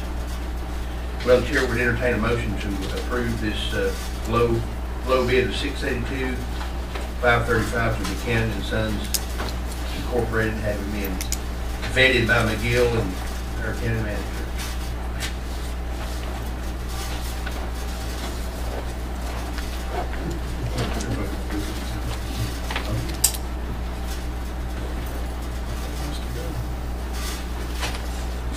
Next month, I'll say this. I'll say, We have a motion and a second to award the low bid. Any discussion? just one more question, Mr. Manager. I mean, I want to support the project because these folks that live up there need it. It's a needy thing and it'll help a lot of folks. The town will get all the money off of it. We're glad, and that's fine. Did the vetting process, have you or the county attorney looked how the vetting process that was done by McGill, and what process they used, and how many people did they check out that they had worked for? Do we know that answer? Yeah, I did. I talked to them, and they did mention that. And I talked to one of the companies, one of the counties or municipalities that did some work in. They had a few issues with them, but it was a bit bigger, more complicated job. They gave me some other experiences they've had with other jobs, and they had some good confidence on it. So there was not anything enough in there. There was a few people who were disgruntled about some of the work that they had done because of being late and so forth. But there was nothing in there that would raise to the level of disqualifying them from being responsible.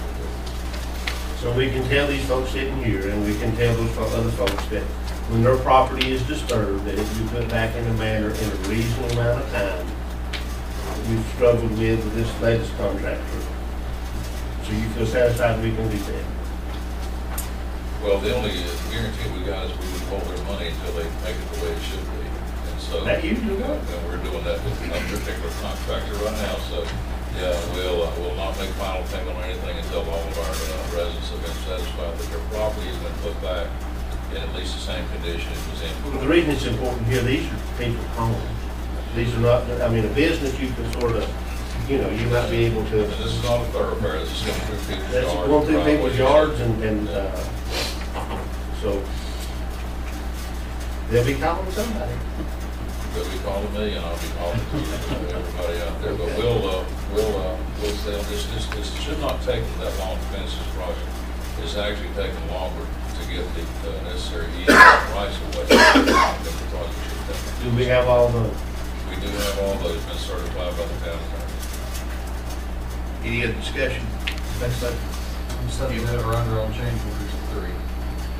Say what? I'm setting the over under on change orders at 3. You know what, I shouldn't say it, yes, I felt better if we just voted without Gil recommending. Gil was a designer and an engineer of record for the job. I thought it was honest everybody. That's okay. Well, I think they're paying a little bit closer Well, attention to. I was gonna say that I think they are.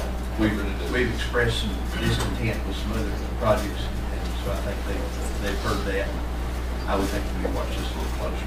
I think the biggest thing is trying to really hear this is not going through, this is nothing like we've done, and this is the first time since I've been on this, when you got through people's yards, you got through that, so. I mean, it's an everyday cleanup job, it ain't gonna come back in 3 months and clean it up. They need to understand that. So I need to convey that to them. We'll go through all that during the pre-construction meeting, and then we'll probably have, just because it is primarily a residential area, instead of having once a month on-site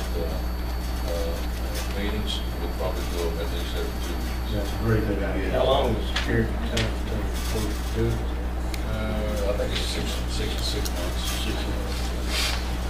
It's tough, I mean, and that does make it tough for them to work. I mean, for where it's going, but they also need to realize that where it is. They have plenty of time to check it out, make sure they do whatever they Yes. can do, and we'll expect them to, the county attorney to look at this, to make sure that they will follow the letter of the law and make the bid specifications.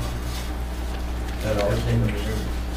Any other discussion? I'm gonna say, I'm gonna vote for this right here, just so the people have the law. They need a good system. Proceed. Call the question. All right, all in favor of the motion signify by saying aye. Aye. Opposed? That motion passes unanimously. Thank you, Mr. Manager. Also, Jack has 10B, we have a change order on the Iowa Valley Elementary Project. That's the 10B in your. Back in the spring, we were trying to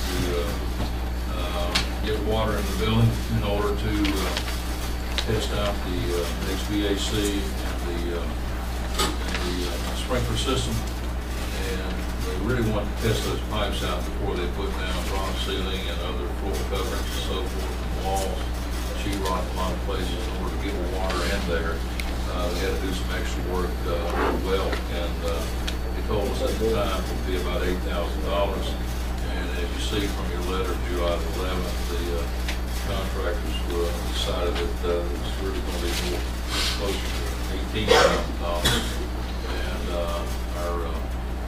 I'll have to give credit to our architect, Mike Watson.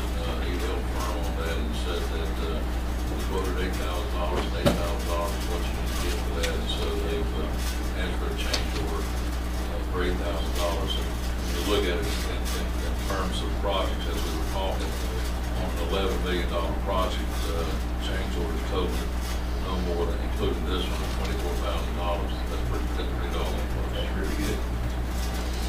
Motion to approve, because without this, without H&M help, was able above and beyond to do this, because of another subcontractor fee, we would have had school open, so I make a motion to approve that. Second. The motion second, and I would agree with that. I think that's reasonable that we should do it. Any other- Can I just ask one question? Has nothing to do with the $8,000? How much contingency do we have? I'll have to check and see. I'd be really interested. Lori's knows, right? And Ms. Bill knows what I'm about to say. I just hope we have enough to cover the cost of it. We have, I'm not sure what Because I don't want the one from the Cali cost going is going to be, but we will have some contingency money left in there. enough to buy the things. Let me take a look and see it before I give you a It final. don't have to be a high impact zone, it's just good enough that I don't have to move the one to Cali. We've been cautious, we've been very, very stingy with holding on to the contingency. I'm just curious, because Yeah. I'm seeing things in Cali go away. The only thing I wanted to see in Cali go away was the daggone trailer, and they're still there. Everything else seems to be walking out the door, so I'd like to hang on to the playground. And the playground, just to give you some more background information, the playground area is going to have to be reseeded, and it's going to have to establish a good playground area out there before they actually go back and put the playground equipment in, so probably. By that time, we'll have it well. It's probably going to be either, it's probably going to be early spring before we can actually install the playground We'll be equipment. fixed. That's it. Thanks.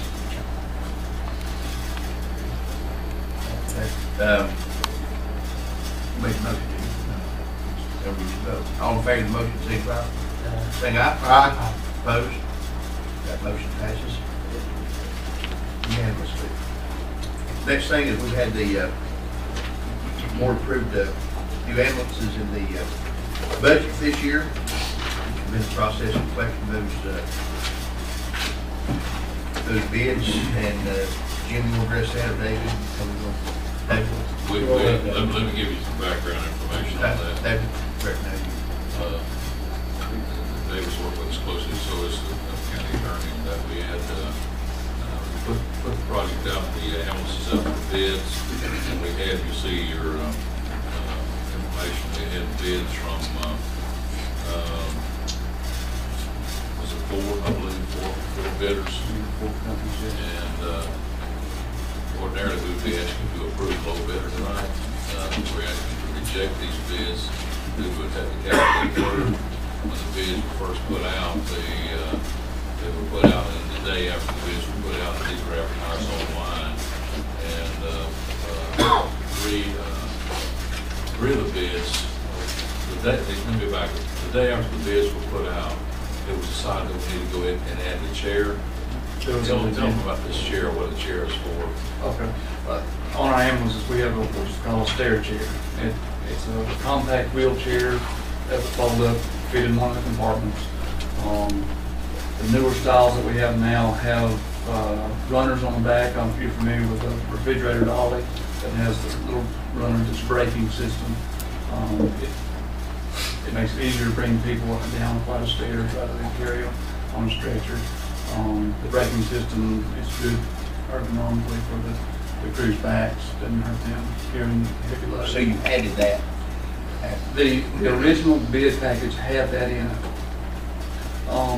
When it went out to bid, that particular item was left out of the bid package for whatever reason, by mistake. So the next day, we added it as an addendum to that bid package on the website. Who sent the bid package, that? Who sent them out? They were posted on our website for the World Wide Web to see. We didn't send them specifically to any contractors.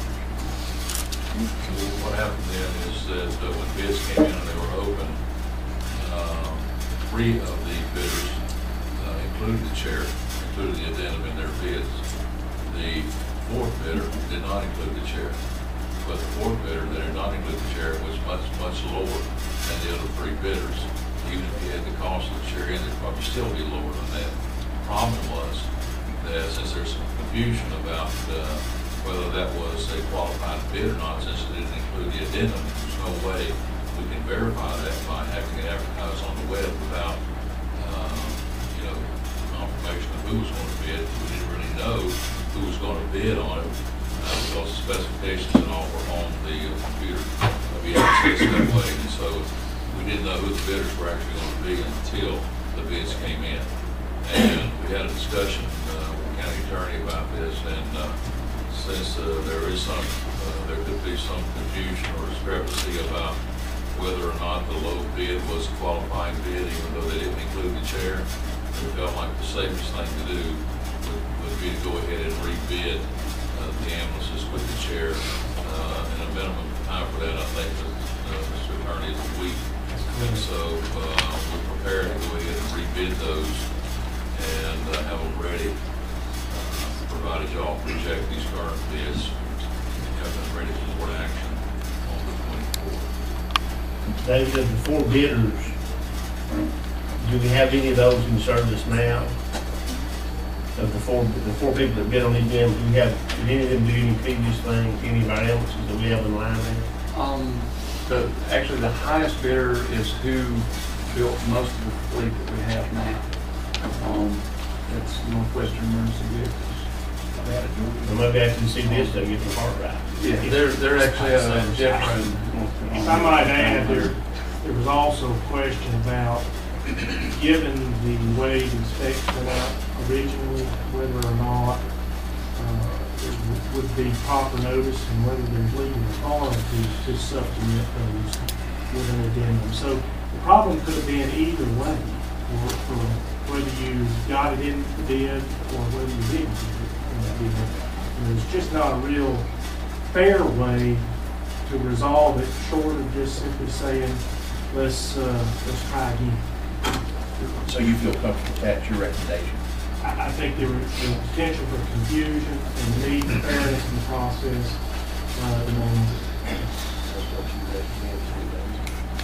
Yeah, that's fine with me. A week's not going to make any difference. So you can just pick it up like you do a car off the lot. It takes a while to build these. And if the bids are approved by the 24th, it's still going to be 90 days. 90 days minimum. We actually will get the vehicles in-house. Jim, Mr. Tate probably make Yeah, I'm great with it. Let me just say that I guess the pro of it is there's a good chance the second bid is not coming lower since they're obviously not access to this. David, are there any other, I mean, that's obviously not an item that these manufacturers probably make, the stair chair. Are there items like that? Yes. That item, the stair chair and the stretcher, that's in that bid package are 2 items that they buy aftermarket and supply with the truck. Is that just their priors present? I mean, high education, obviously, a couple of years. Priors present, just want to help, just want to transfer. Actually, right now, we don't have any spares. If one was damaged or lost or whatever happens to it, we don't have anything to replace it with. And I talked to Jack about this. To go buy one off the shelf, they're $3,500 to $4,000. It's a vital piece of equipment. So by buying them on the trucks as we are, as we surplus the trucks that these 2 trucks are going to replace, we'll remove the old equipment, but keep those as spares as backup. I guess that's where I was getting at. It's better to just add it on this bid. It's better if you go buy them. We actually get a better price because the ambulance companies can get a better price than I can. Mr. Chairman, I'll make the motion. I prepared a resolution to. I think the motion needs to state that we approve the resolution rejecting all bids and proposals. That's right. Okay. Second. We have a motion and a second. Any discussion? Mr. Chairman, just for clarification purposes, that motion we included that we will continue with the revision process as soon as we get folks in there. Is that in here? It's not in there, but I think it's understood Okay. that is the purpose of doing this and to get it to the bid. Make it clear. Okay, let's make it part of the motion. Are you okay with that? So, what is it now? Just say so. Just authorize us to go ahead and after you reject the bids by this resolution, authorize us to go ahead and rebid the project. Hopefully have a bid opening on the 20th and hopefully action on the 4th. You got that, Mike? You accept that second? No, I do. Okay. All right, any other discussion? All in favor of the motion to approve the resolution rejecting all bids and proposals, signify by saying aye. Aye. Opposed, like sign. That motion passes. Mr. Decker, there's my copy signed.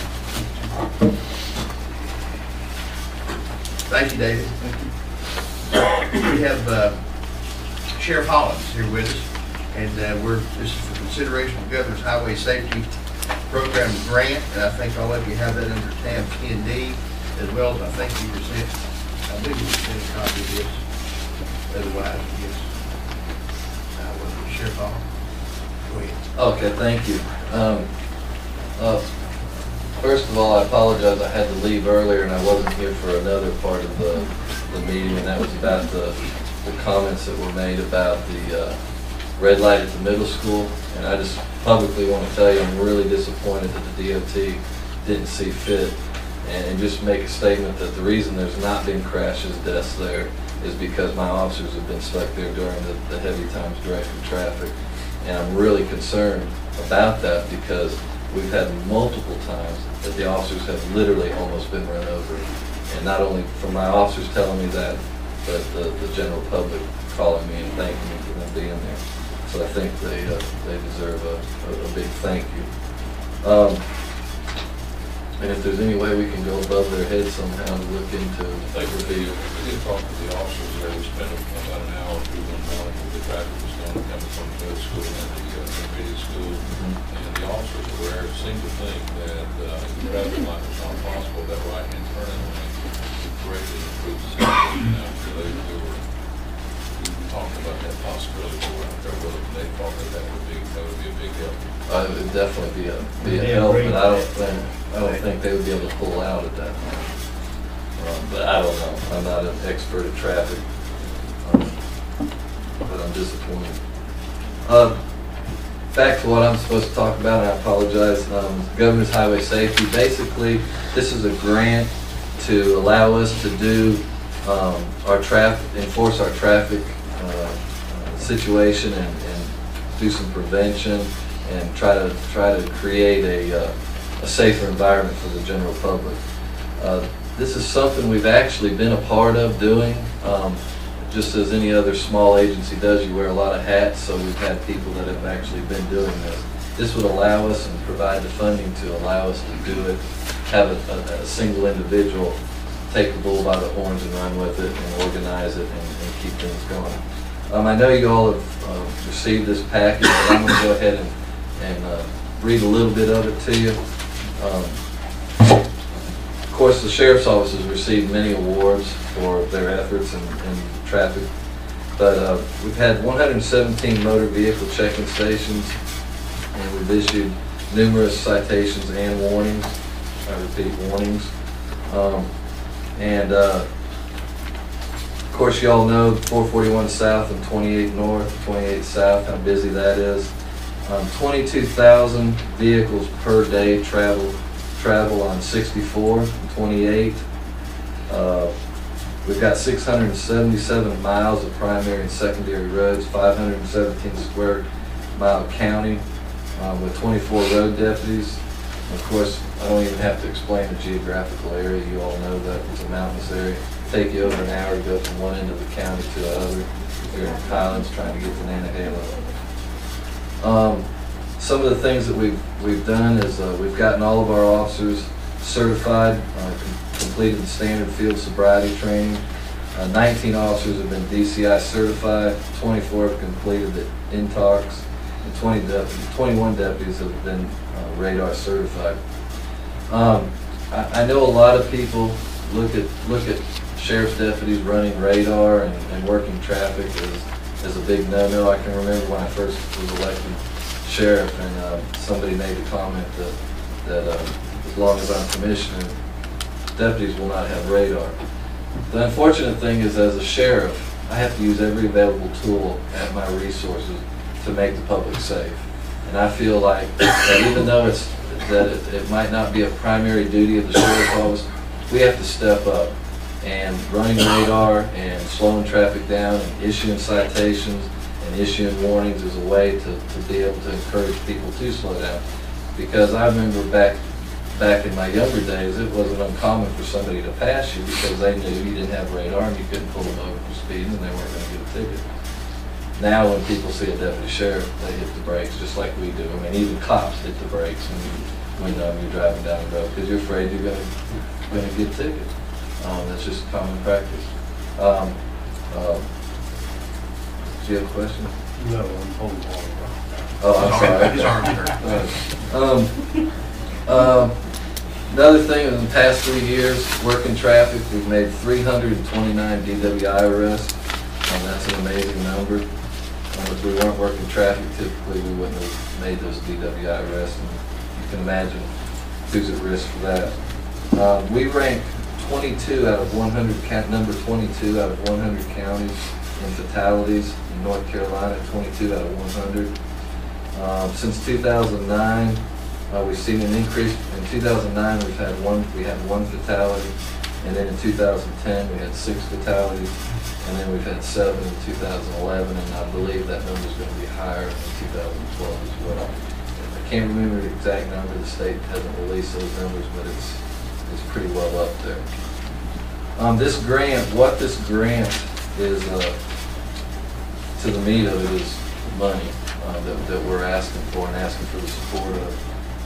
The first year, as you can see by your handout that you have and the media has as well, the corrected and right version. It's a federal grant that's handed down to the state through the North Carolina Governor's Highway Safety Program. And the first year, they're going to be paying for the equipment, the patrol car, all the equipment that is going to be needed, and the salary for that officer. They're going to pay 85% of that. So as you can see, it'll be $103,000. Will be the federal side that they'll pay, and we will pay $18,000. So basically, 15 cents on the dollar. The second year, you won't have to have the equipment. You won't have to purchase the equipment because we will already have the equipment. So as you can see, they will pay 43, which is 70%, and then our rate is still 18%. Of course, and then of course on the fourth year, we have to agree to provide the money for that position for at least 1 year. Then at the end of that term, at the end of that 4-year term, if we decide or you all decide that the money's not there or there's not a need for it, then we'll go back and look at that and see if the equipment is ours. The equipment is ours from the get-go, from day one.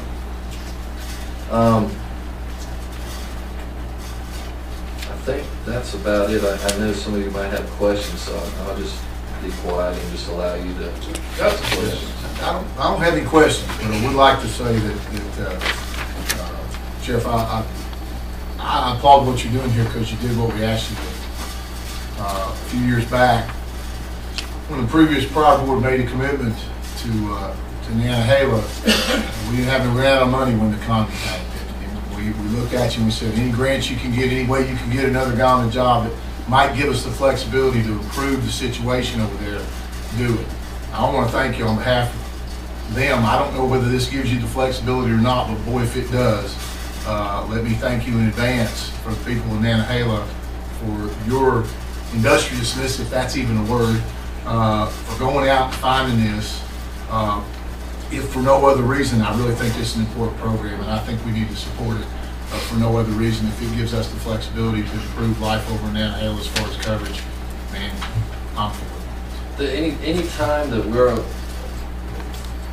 we're able to add staffing to our patrol unit, which this would add, then if you've got this officer that's working today in the area of here close to town or not in Nantahala, then that leaves room for another officer to be able to go to Nantahala. Now, I'm not going to sit here and tell you that because of this one position that I'm going to be able to give you this many hours in the Nantahala area, because I can't do that for any area. And I wouldn't presume to try to micromanage your people to do that. But it all adds up, and it adds man hours, and any little bit that you help us over there is greatly appreciated. And I leave it to you to make the calls of where people. I'll never tell you where to put your people. Okay. But I appreciate your efforts in this. And just to add to that, Sheriff, and you can speak to it. Another real problem we're having, of course, is our depleting highway patrol force. Absolutely. We have one that's retired that's not been replaced. We're going to have, I suspect, 2 more in the next 6 months to be retiring. What I've heard, there's no aspiration to replace another. And what's going to happen is going to become more important than ever. Where does it go to? I mean, if it's out in the county, it's going to go to the sheriff's department. I mean, until that patrolman can get there, you got to secure the scene, do whatever. But you got to respond. Somebody's got to respond. Absolutely, and I'm honest with you when I say, as an elected official, as a person that gets in there by votes, it's really tough to know that my officers are out there working radar. But that's a responsibility, whether somebody votes for me or against me, that I have to do. If Ronnie Beal calls me about somebody that's driving around, they're not going to call Raleigh and ask for a trooper. They're going to call the sheriff. and they're going to demand, and they know that we're law enforcement, and they expect us to do something. And it also solves crimes. We have a lot of our B&Es, a lot of crimes that get solved because just because somebody calls in and reports that somebody's speeding doesn't give me probable cause and the right to pull your son over and discuss it with them. I have to have probable cause. And also that probable cause, sometimes you're able to, you find a brand new television that's sitting in the back seat of somebody's car at 3 o'clock in the morning. You can't just pull them over because it's 3 o'clock in the morning. You have to have probable cause. And that radar and those traffic control systems I said traffic control systems, the systems of working, the way the officers working and the training that they receive, they know how they can get that probable cause. And so there's a wide range of area that why it's a benefit, but when it all comes right down to it, it's a safety issue for the general public, and I have an obligation and to be able to try to do what I can to protect, just like you have an obligation to watch how money is spent. And I respect that, but I'm a little selfish when it comes to what my responsibilities are. And I hate to ask for more money, but I'm left with no other alternative. We've made a lot of cuts. Jack will there. I know some of you understand that, if not all of you. We've made as many cuts. We're spending time at the middle school, which was only supposed to be for 1 school year. And it took me 2 years to do a study just to come back and say no. And we're still there, and we'll have to remain there. Because when it comes right down to it, we pull out of there. I think it's important to point out here that basically what you're getting is a full up round equipment wise, and an officer for 4 years for 40 cents on the dollar. You do the math. Right. And it's a. I'll point out one other thing that the sheriff's been trying to get grant money for this every year. Sure. Thank you. Together, and he's been turned down year after year after year. This is the first year that he's able. And to be honest, the reason that we kept getting turned down is because our stats were good. We were doing a great job. We were proactive, and we saw a lot of positive things happening out of that. And to be honest with you, the reason that we got it this year is our stats are poor, and it's not our fault. The economy's growing, and things are happening, and so our statistics have gone down. And so instead of being penalized for doing good, we're actually going to get something for not having good stats. Which is facts. I say stats, not facts. There is a short school in session now. Short school, Highway Patrol is when that person has had their basic law enforcement training. Right, Sheriff? And then they skip some steps in Highway Patrol school. Correct. So, and that short school is in session now. We are going to be asking, so if you know anybody who comes in for the visit and not a political thing, and you might want to mention to him that we would certainly like to have some of those troopers from this short school. Because if they don't, they'll end up, these large counties are having the same problem. As soon as the Highway Patrol, as soon as they're getting of age to retire, they're all leaving. And they're leaving early. They're taking the military time, they're buying the military time, and it's a real problem. We've had this discussion in Raleigh with the law enforcement committee, and it's a real problem. So, and out far out here, it's going to be a real problem. So, anybody you can talk to when they're just here visiting, Let the speaker to come out here, Ronnie. We're just happy to have you. Something that if you don't mind, that I'd like to go on the record and say is that as most of you know, if not all of you, Jimmy Tate being one of the newer ones, may not remember this as a citizen.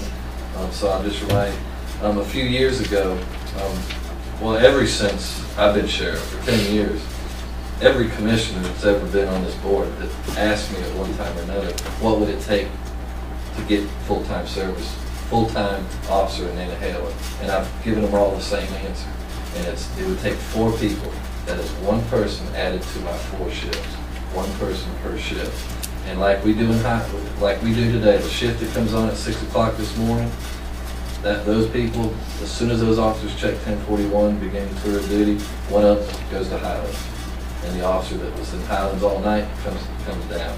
And then if we had the 4 person per shift, then what we would do now is one person would go to Highlands and one person would go to Manhattan. They'd stay there all day long, and then tonight, when the new shift comes on, they'd be coming back. And so eventually, after 3 or 4 years, we ended up getting that. And how they worked it out, and we had a 4-year plan.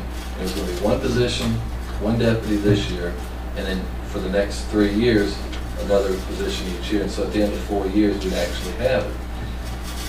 And all the commissioners agreed upon it. It was a great idea. Let's do it. We've talked about it enough. Well, then the economy went south, and so we had to look at budget cuts and commissioners, and rightfully so. I think that even that year I didn't even request a position because we were asked not to ask for any new positions. Made it known that I was concerned about that, but anyway. And so I still state today, and every time, and Coach, I've been witness to Coach Cuppers getting blessed out when we're in Nantahala. I get blessed out too, because we don't provide 24/7 a man over there. 24/7 service they have at any time of the day or night. We're there. We will go there, and there's a lot of calls that we are there, that quick response time, but there are calls that sometimes will take. 2011, we answered 13,440 911 calls through our emergency dispatch center. 240 of those 13,000 calls were in Nantahala. In 2012, we've answered so far as of today, September 11th, we've answered 9,088 calls, and we've answered 120 calls in Nantahala. And sometimes, looking at the records that I have, and I'd be happy to share them with you at any time you want to see them through our 911 dispatch center. There's times that we go 7 and 8 days without a call in Nantahala. Now, as a proactive sheriff, I will tell you that I don't want to just be there when calls are coming in, because that also prevents crime from happening if we're there. But you're looking at a lot of downtime for an officer that's over there. And so I have to have my officers where we're getting these other 13,400 calls and 13,200 calls.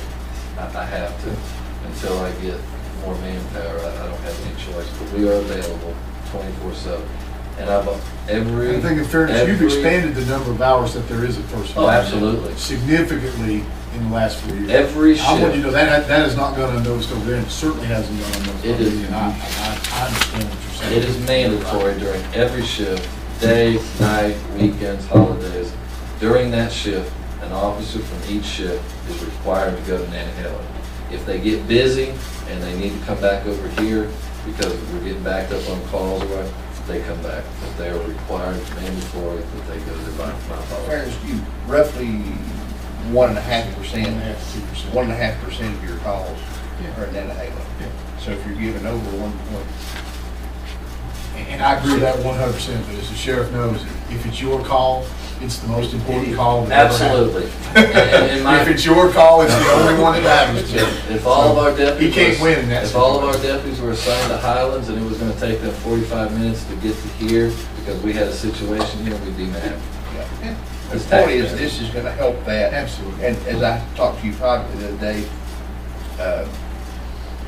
these kind of things are a good deal if you need the officer, if you need the equipment, if you need whatever it is that the grant's going to pay for. I never have liked these disappearing grants. Correct. Because I feel like it's it's an increase in local spending that you're putting off for 5 years. I've seen the school stuff.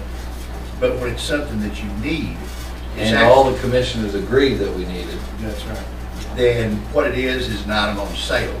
Right. It's the equivalent of a sale item. Not buying something that you don't need, which is a waste of money. So I had a question about that, Robbie. We had a long conversation about it, and you answered that. And just make another clarification, Sheriff. On the 4th year, when it will become our responsibility at the county, if the budget can't handle it, we can just disregard that.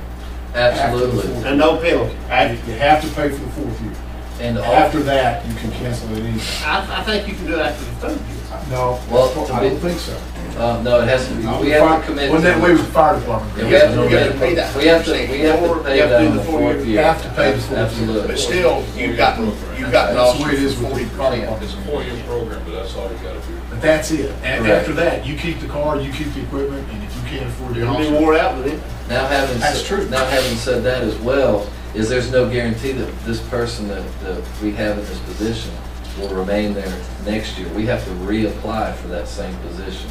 And the only way that we would have to pay back for that monies or any equipment that we receive is if we do not keep up our end of the bargain. Otherwise, if next year we apply for this grant to keep this grant going for the other 3 years, if they kill it, we still get to keep that patrol car, all the equipment that it took to hire that officer and put that officer. And two, this will be an officer that's currently working for the sheriff's office and allow us to hire another officer. Do you have the freedom to choose the car and the equipment? It has to be bidded out. I mean, but you have to, you make the specs on what you want. Oh, yeah. You do that. Yes, sir. So we'll get a camera in this part too. If we've got all the money, if they don't go skyrocket on the prices and all, we'll have the monies for it. Absolutely. In fact, all vehicles that we're going to buy from this point on, we're doing under a budget where we are able to. That's part of the equipment that needs to go in that vehicle. And here's the second trip on Mr. Chairman. If we reject this, the odds of us ever being in line for another is slim to none. Is that true, sir? Absolutely. We've been turned down year after year. Ever since they asked me to keep applying for grants, we keep getting turned down. What you This said is is the first exactly time. right. Look at it as it's a sale. It's, you know, it's a fire sale. It's a bargain. There's a couple of counties that are hoping we turn it down. 60%, I'll bet. Any other questions for clarification or a motion to approve this local government resolution?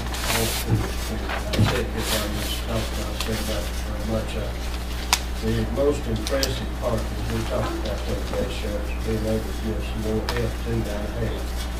And when you talk about the very low percentage of crime rate over there, that says something for people who don't start with. Just be decent people over there. I know quite a few of them. I'm all for getting a little bit of help control over there. I understand what the budget's about, there's more complicated than nothing. Might be just like we were talking about the deal there, without the numbers and how much good it is.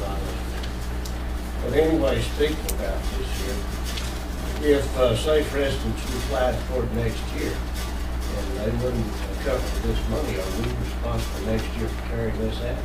No, if they back out on us and don't continue the grant, we don't have to. So do they anything. killed this whole thing, right? We still get to keep the car. Correct. Okay. All right, just a question. And two, I was going to drop that question up about the red light out there, because I feel like the answer that I got, and I said it was still in here, was because that your officer has been doing a good job to keep an accident from that. And I think if they hadn't been there since this sound, if somebody had 4 or 5 wrecks, would have qualified, they'd already had it. But still, anyway, I appreciate it. Thank you. And what as much help as you can get from Halen. Absolutely. Serving and good people. I just wish that they would pile in here when I'm asking for those positions and more money for that. Because every time we're over If it there. makes you feel any better, I sure shoot deliver out that over mail there. every time I'm over there, and they understand. They don't like it. I beg them They to don't come. like it, but they understand. They do. I tell them every time I'm over there, look, this is why you won't throw stones. Those stones at the people that are writing checks. Don't throw stones at the sheriff because he's answering them. He's asking. And they do throw stones at people writing checks instead of also throwing at you. So. But their heart's in the right place. They're just concerned about their lives and their families and their property, and you can't fault them for that. And I think we've done everything that we can do for it. I was just going to say, in addition to you all, I guess, authorizing Bobby to accept this grant energy contract, I'll also need you to approve the budget amendment in the amount of $121,215, which is the total, with, of course, 103,033 being federal grant money and then 18,182 from contingency. So you follow The total, me? is that, You've got the to federal, you've the got federal to shows, appropriate the I started to total. say. no, the federal shows his income and. Yes. Yeah, because it's Yes. passing through us, yeah. So I You need show to the I need to revenue amend too. the Yeah, I know, total.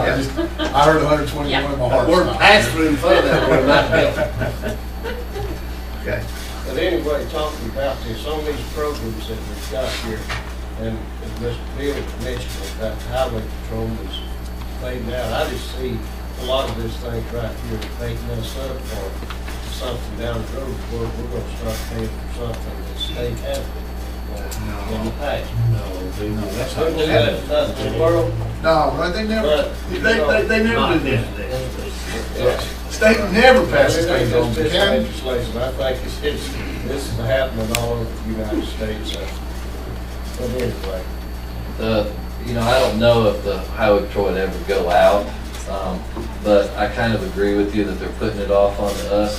But to be perfectly honest, I'm just thankful that they're providing funding for us, that in the meantime, that we're able to get some of the training and get some of the equipment, because if they went out tomorrow, if they did decide to do that, then no matter what, then there's, instead of the highway patrol and the sheriff being called, then I will be the only one called.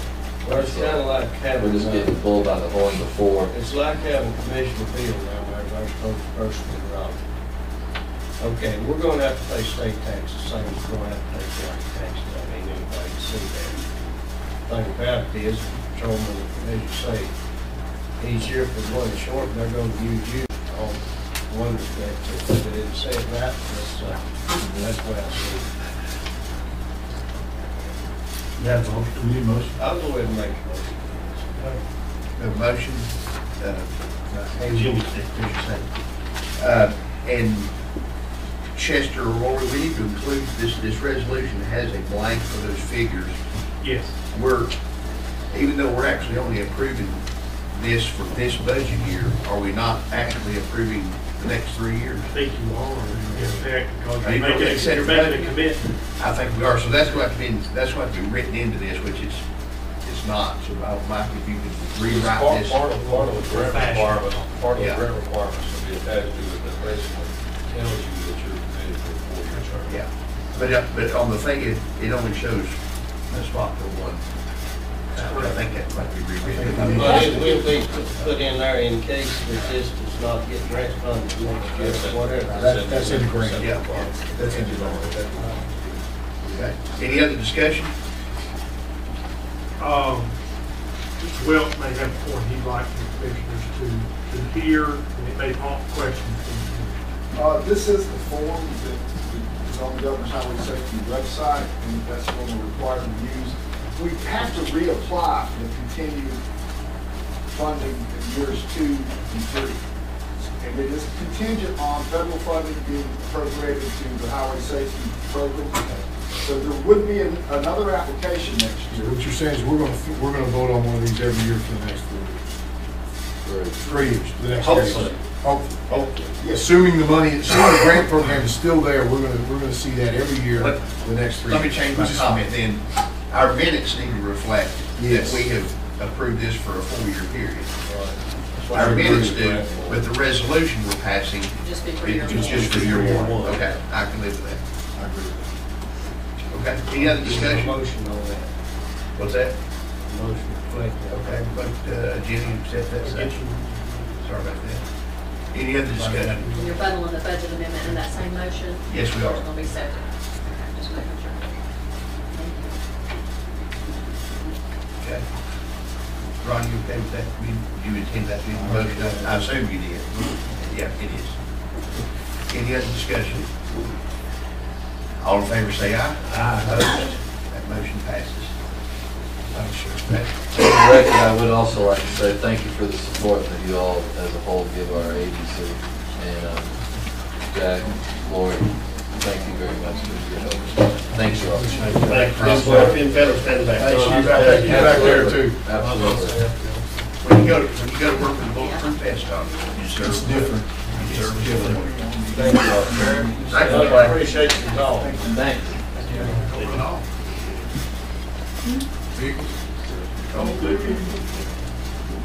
we'll have a box in there. Don't leave, Rob. Don't leave, Rob. Vehicles. You're next. Okay. Consideration of bids for sheriff vehicles. Sheriff Hall. Sheriff wants to do this, we actually did this, y'all approved 6 vehicles in the budget this year. One of them is an SUV, 5 of them are regular police accessible vehicles.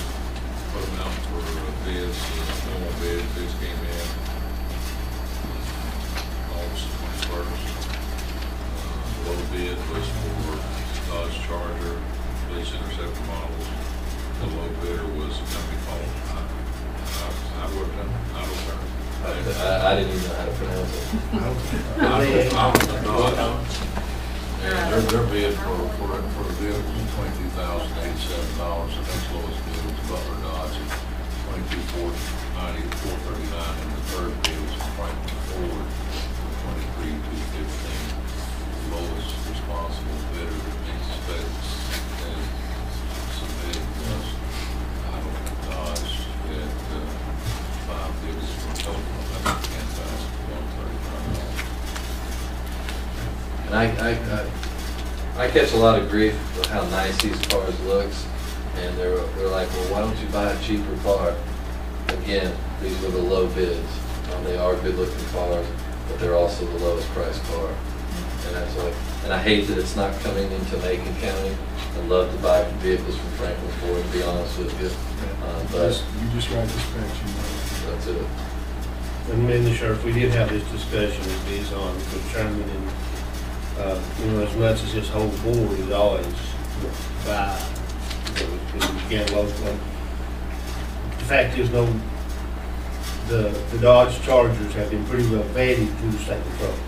The kinks that was in them for the past 3 years have pretty much gotten worked out with the fleet that they have. So I think the sheriff and his department would prefer the Dodge Macon car for that one reason only, and plus they're cheaper. As much as we'd all like to give the business here locally, after our discussion, so, and nobody, if you notice, nobody from Franklin's new Dodge proposal. So, Right. I'll say this right here, we've got good mechanics standing right there, though, when it comes to keeping them open. This is more costly to fix it for them than Dodge.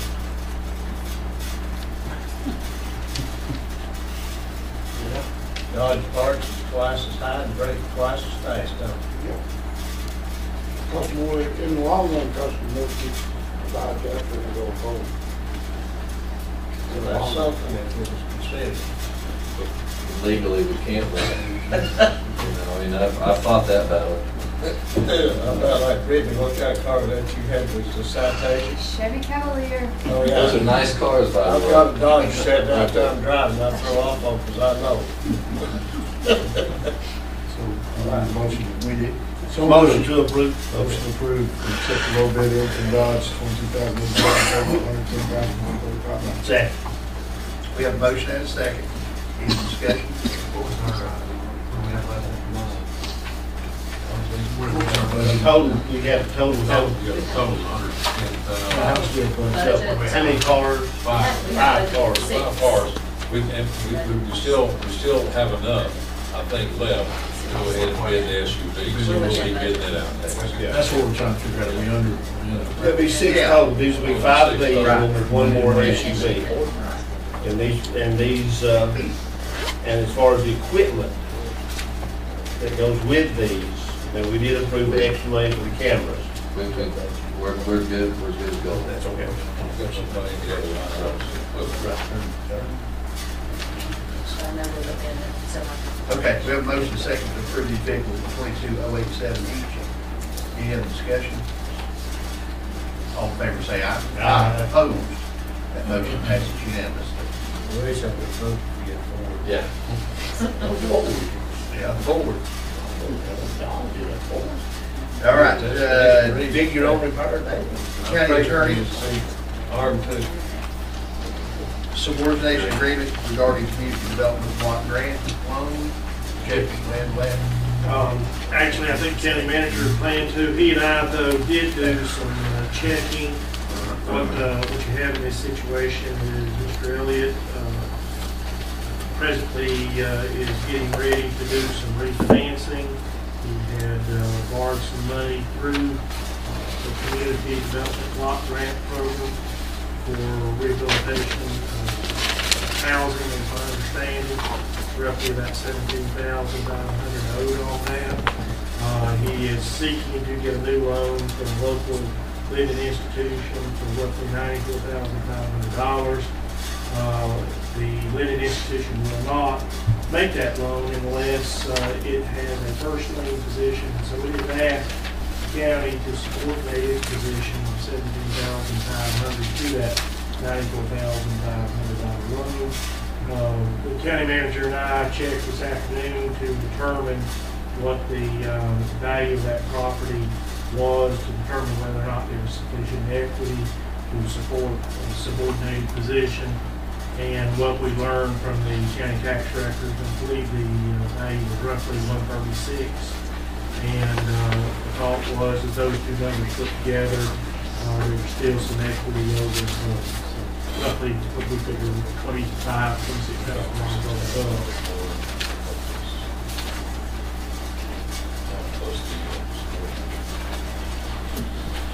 Your recommendation is to I think that was the county manager. Yeah, that's our recommendation. And then the county commissioners have done this in the past. This is the first one that John Day has done since Rick Norton retired. Rick used to handle these on a regular basis when they would come up for various reasons.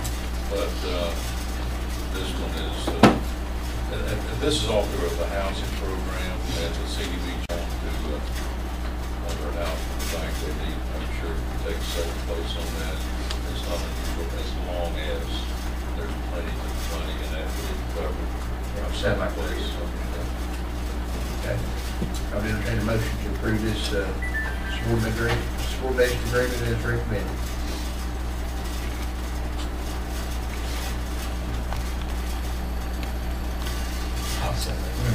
I'll second. Payback, Mr. Day. Did you make the motion? He did. Motion by Commissioner Tate, second by Mr. Chairman, I would recuse myself from the vote because involved with making that. Noted. Any other discussion?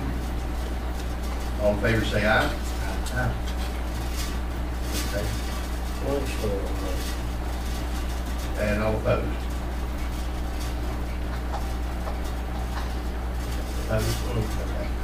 It passes 3-1 with Commissioner Bill abstaining. And note that Commissioner Bill abstained from the discussion and the vote. All right. Let's move on to H is the, well, county manager's request, we struck G, the refinance resolution we did with that Jack on the 24th. Moving to H, the Cowee School Macon County Heritage Center. We've discussed this last several meetings. Business plan was presented. This manager, I believe, the last meeting. And, I guess you have this. Three items that need to be done. As you recall, the last meeting, the business plan was the county was authorized to be done. Contract with the LTELT, good services, and Mr. Stacy Govey, and that was presented for the last meeting. The other three steps following that, the business plan for use of the school. The other steps basically include transfer the property to the county for the school board. Now the county attorney is working with the school board attorney to get that taken place hopefully very soon. The other thing was to after the county actually take possession of the building to implement the business plan that was presented. There's going to have to be a need for a coordinator, as we talked about. And so what we have for you tonight is a recommendation for a budget amendment to cover the cost of the coordinator plus next year's services. And I think that's 60, I don't have the numbers. 69,448. That covers the contract services of the coordinator, Mr. Guthrie, who we would recommend for the fiscal year through June 30th. Also will cover supplies, materials, and other expenses associated with that. over the next, now through June 30th. We also have a contract for Mr. Guthrie, who basically operates very similar to the way we do with our economic development program on the contract with the county board, just a contract with Colbert County. And he basically followed the This contract is directly tied to implementation of the business plan. And then the other item that was associated with county development is a close working relationship with Little Tennessee Land Trust in order for them to work with us cooperatively as far as getting grant money, coordinating projects and so forth, and to support each other as the county endeavors to make this project a self-sustaining entity over the next few years. And the county attorney prepared three documents here. One of them is the closed contract with Mr. Guthrie. The other one is a memorandum of understanding between the county and LTLT. I probably shouldn't take responsibility for the MOU. I think good folks at LTLT made the original draft, and I just provided a little tweak. The actual contract was discovered and began on the 15th of September and go through this fiscal year since June 30th. And there is we have a breakdown of the actual expenditures. Yeah, the budget amendment that I laid in each space, there's an attachment that lays out the various expenses. We haven't tried to answer any questions again. So, if I read this correctly, we would be putting this as a line item under economic development. The expenses we pay for the economic development was.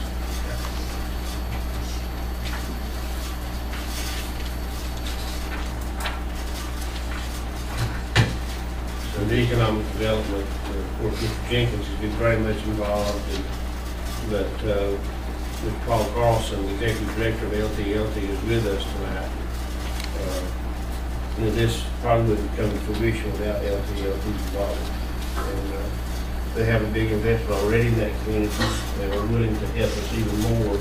So I think he would agree that there's a lot of anticipation about this project and what it can do. For instance, I'll just give you for instance. For instance, I know for a fact that they've had some problems down at the regional store. I think they had a visit from the fire marshal, and they told them what the occupancy rate was. Well, they have that many people that perform. So if we could move those and get that started in the auditorium at Cali School, Paul, I think you'd have to agree that's just one item. And I think it's important to note that that has actually happened. It actually happened a week ago Friday and turned out to be quite successful. Moving it over into the gym, so it's All of them have to be in the gym to want to have one. I mean, the occupancy, they pay what, 26. Well, you know, they've had that many people down there picking and grilling. Exception if Ronnie Beal comes, it drops to like 20. I know, I can't perform. That's just an example, Mr. Chairman, of why this is an important project, and it has developed excitement, not only in that community, but across the county. And I think it has good citizen support. There's a lot of people that, you know, they want to see that part of the history preserved. If they do that, it is going to take some investment. The goal is to make it self-sufficient over time, and we'll have to work on it. And we're committed to do that, Mr. Chairman. And that would be my goal, to see it be self-sufficient, is also to add to our local economy. And one thing, back up to my school board days, one of the things that not a huge concern, but a concern is when we close these smaller schools out here, what's to become of them? What are they to be dozed? Are they going to become part of the community? We were pretty successful so far because the old Oppo school sold as a privately owned now, and then of course the old Union School is being utilized as another school. Of course, this would be a much higher, better use than even solar just sitting there. So I look at it as an investment in not only our heritage, but locally development. need to level is the committee and Mr. Tate, so to speak, with the conversations I've had with individuals, they're all very supportive of the plan. And Mr. Mayor, this is a 9-month contract. Well, okay, not a thank you, at 5 West Main Street. And if you've not had a chance to read the contract, it's pretty much the same type of contract we have with our economic development. Right? That, it's, there's no other, no insurance, no, it's just a straight. He actually used that as a template. I called him out on it today. He used that as a template, didn't write it, because he strictly charged you his extra. He agreed to that, he's not saying. Okay, gentlemen, question for clarification, enough knowledge to make a motion, or if someone's prepared to make a motion, we can discuss it after that.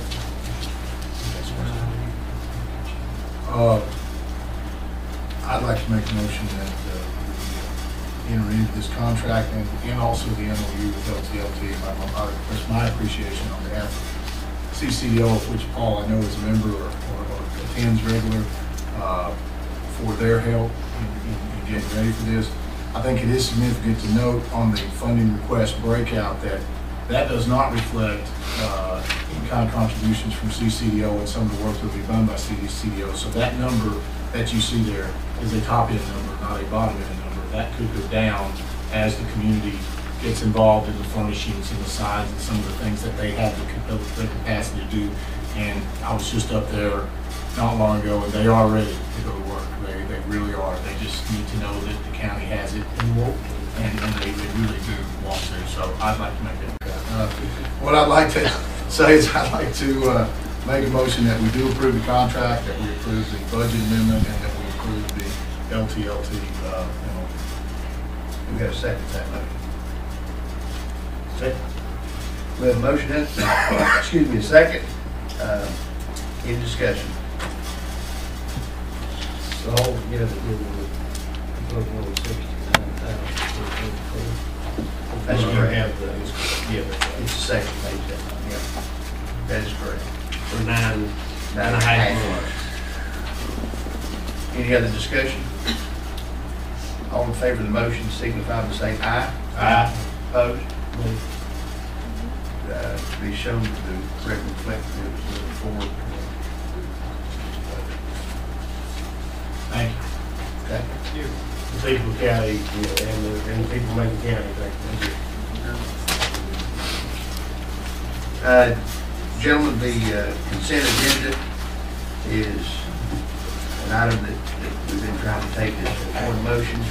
Unless anyone has anything you'd like to remove from that to discuss. And if not, one motion to take care of items A through F. Just to make sure, Mr. Chairman, that our liaison, Mr. Peppers, is good with the, I looked over the health center page. It's just an absolute approval of what they already do and what we approved last year. Nothing has changed. I know what I looked at. I didn't either, so I called the health director this afternoon. Make sure that nothing has changed, that it's exactly the same fee schedule. That's what I'm guessing. Okay. Any item that you guys would want to remove?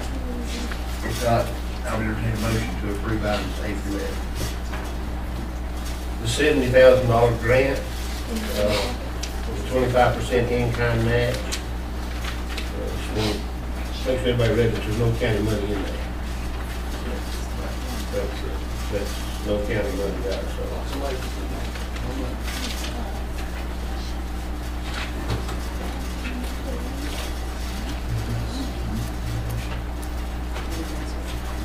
Motion? We did not get a motion. Okay, we have a motion to approve the consent agenda as presented. Do we have a second to that? We have a second from Commissioner Tate. Is that what you said? Yes, yes. All in favor of the consent agenda being approved, signify by saying aye. Aye. Opposed? That motion passes. Under item 12, we summarize Dr. Eggy. We have a physician on the Board of Health. Dr. Eggy has been filling that position. He has submitted a letter of resignation. His family issues, he's left the Board of Health, and the Board of Health has invited Dr. Phil Berger, who was a former member of the Board of Health, in that role as a physician to replace him. This is a state elected board with specific membership and therefore doesn't fall under our board. Is Dustin retired? Yeah. Who? Does it make any difference? Yes, yes. Does it make any difference? He's got his name changed, right? He's still licensed. I think he's still licensed. He's Still just licensed. And So that's why they're it. putting his name forward, and they need to get him in there because Eddie goes. Motion to approve, Mr. Chairman. Okay, do we have a second? Second. Motion second, any discussion? All in favor say aye. Aye. Opposed? That motion passes. We do have a request from our county manager for a closed session, short closed session. And we also reserve the right to use attorney-client privilege. I was going to say, I think it was for the purpose of discussing potential instructions for the acquisition of property. Correct. And I think you probably ought to broaden that to receive and allow me to deliver legal advice and preserve the attorney-client privilege. And if this is what I think it is, I would anticipate no action from the board. We'll be receiving information. Kim, do you have a question? Yeah, can you clarify the did I hear you say 69,000 for Duffy? No, that's not all. No, there's no. Here you go, here, Kim, take mine. Please. Does anyone else have one too? Yeah, I think we all need one. I've got one actually. Here you go. Well, we've got, that's good. This has the breakdown levy on the back. Here Here you go. Yeah, that's the total of that. Contract. A copy of your I don't contract? have that either. Oh, I'm sorry. I only had one extra Yeah, copy. Lily left us out. They can have it, and then if you want to learn, you have to have one. I do. Otherwise, okay, so that- You'll dream around the building, family, LTL? Yes. You don't have one.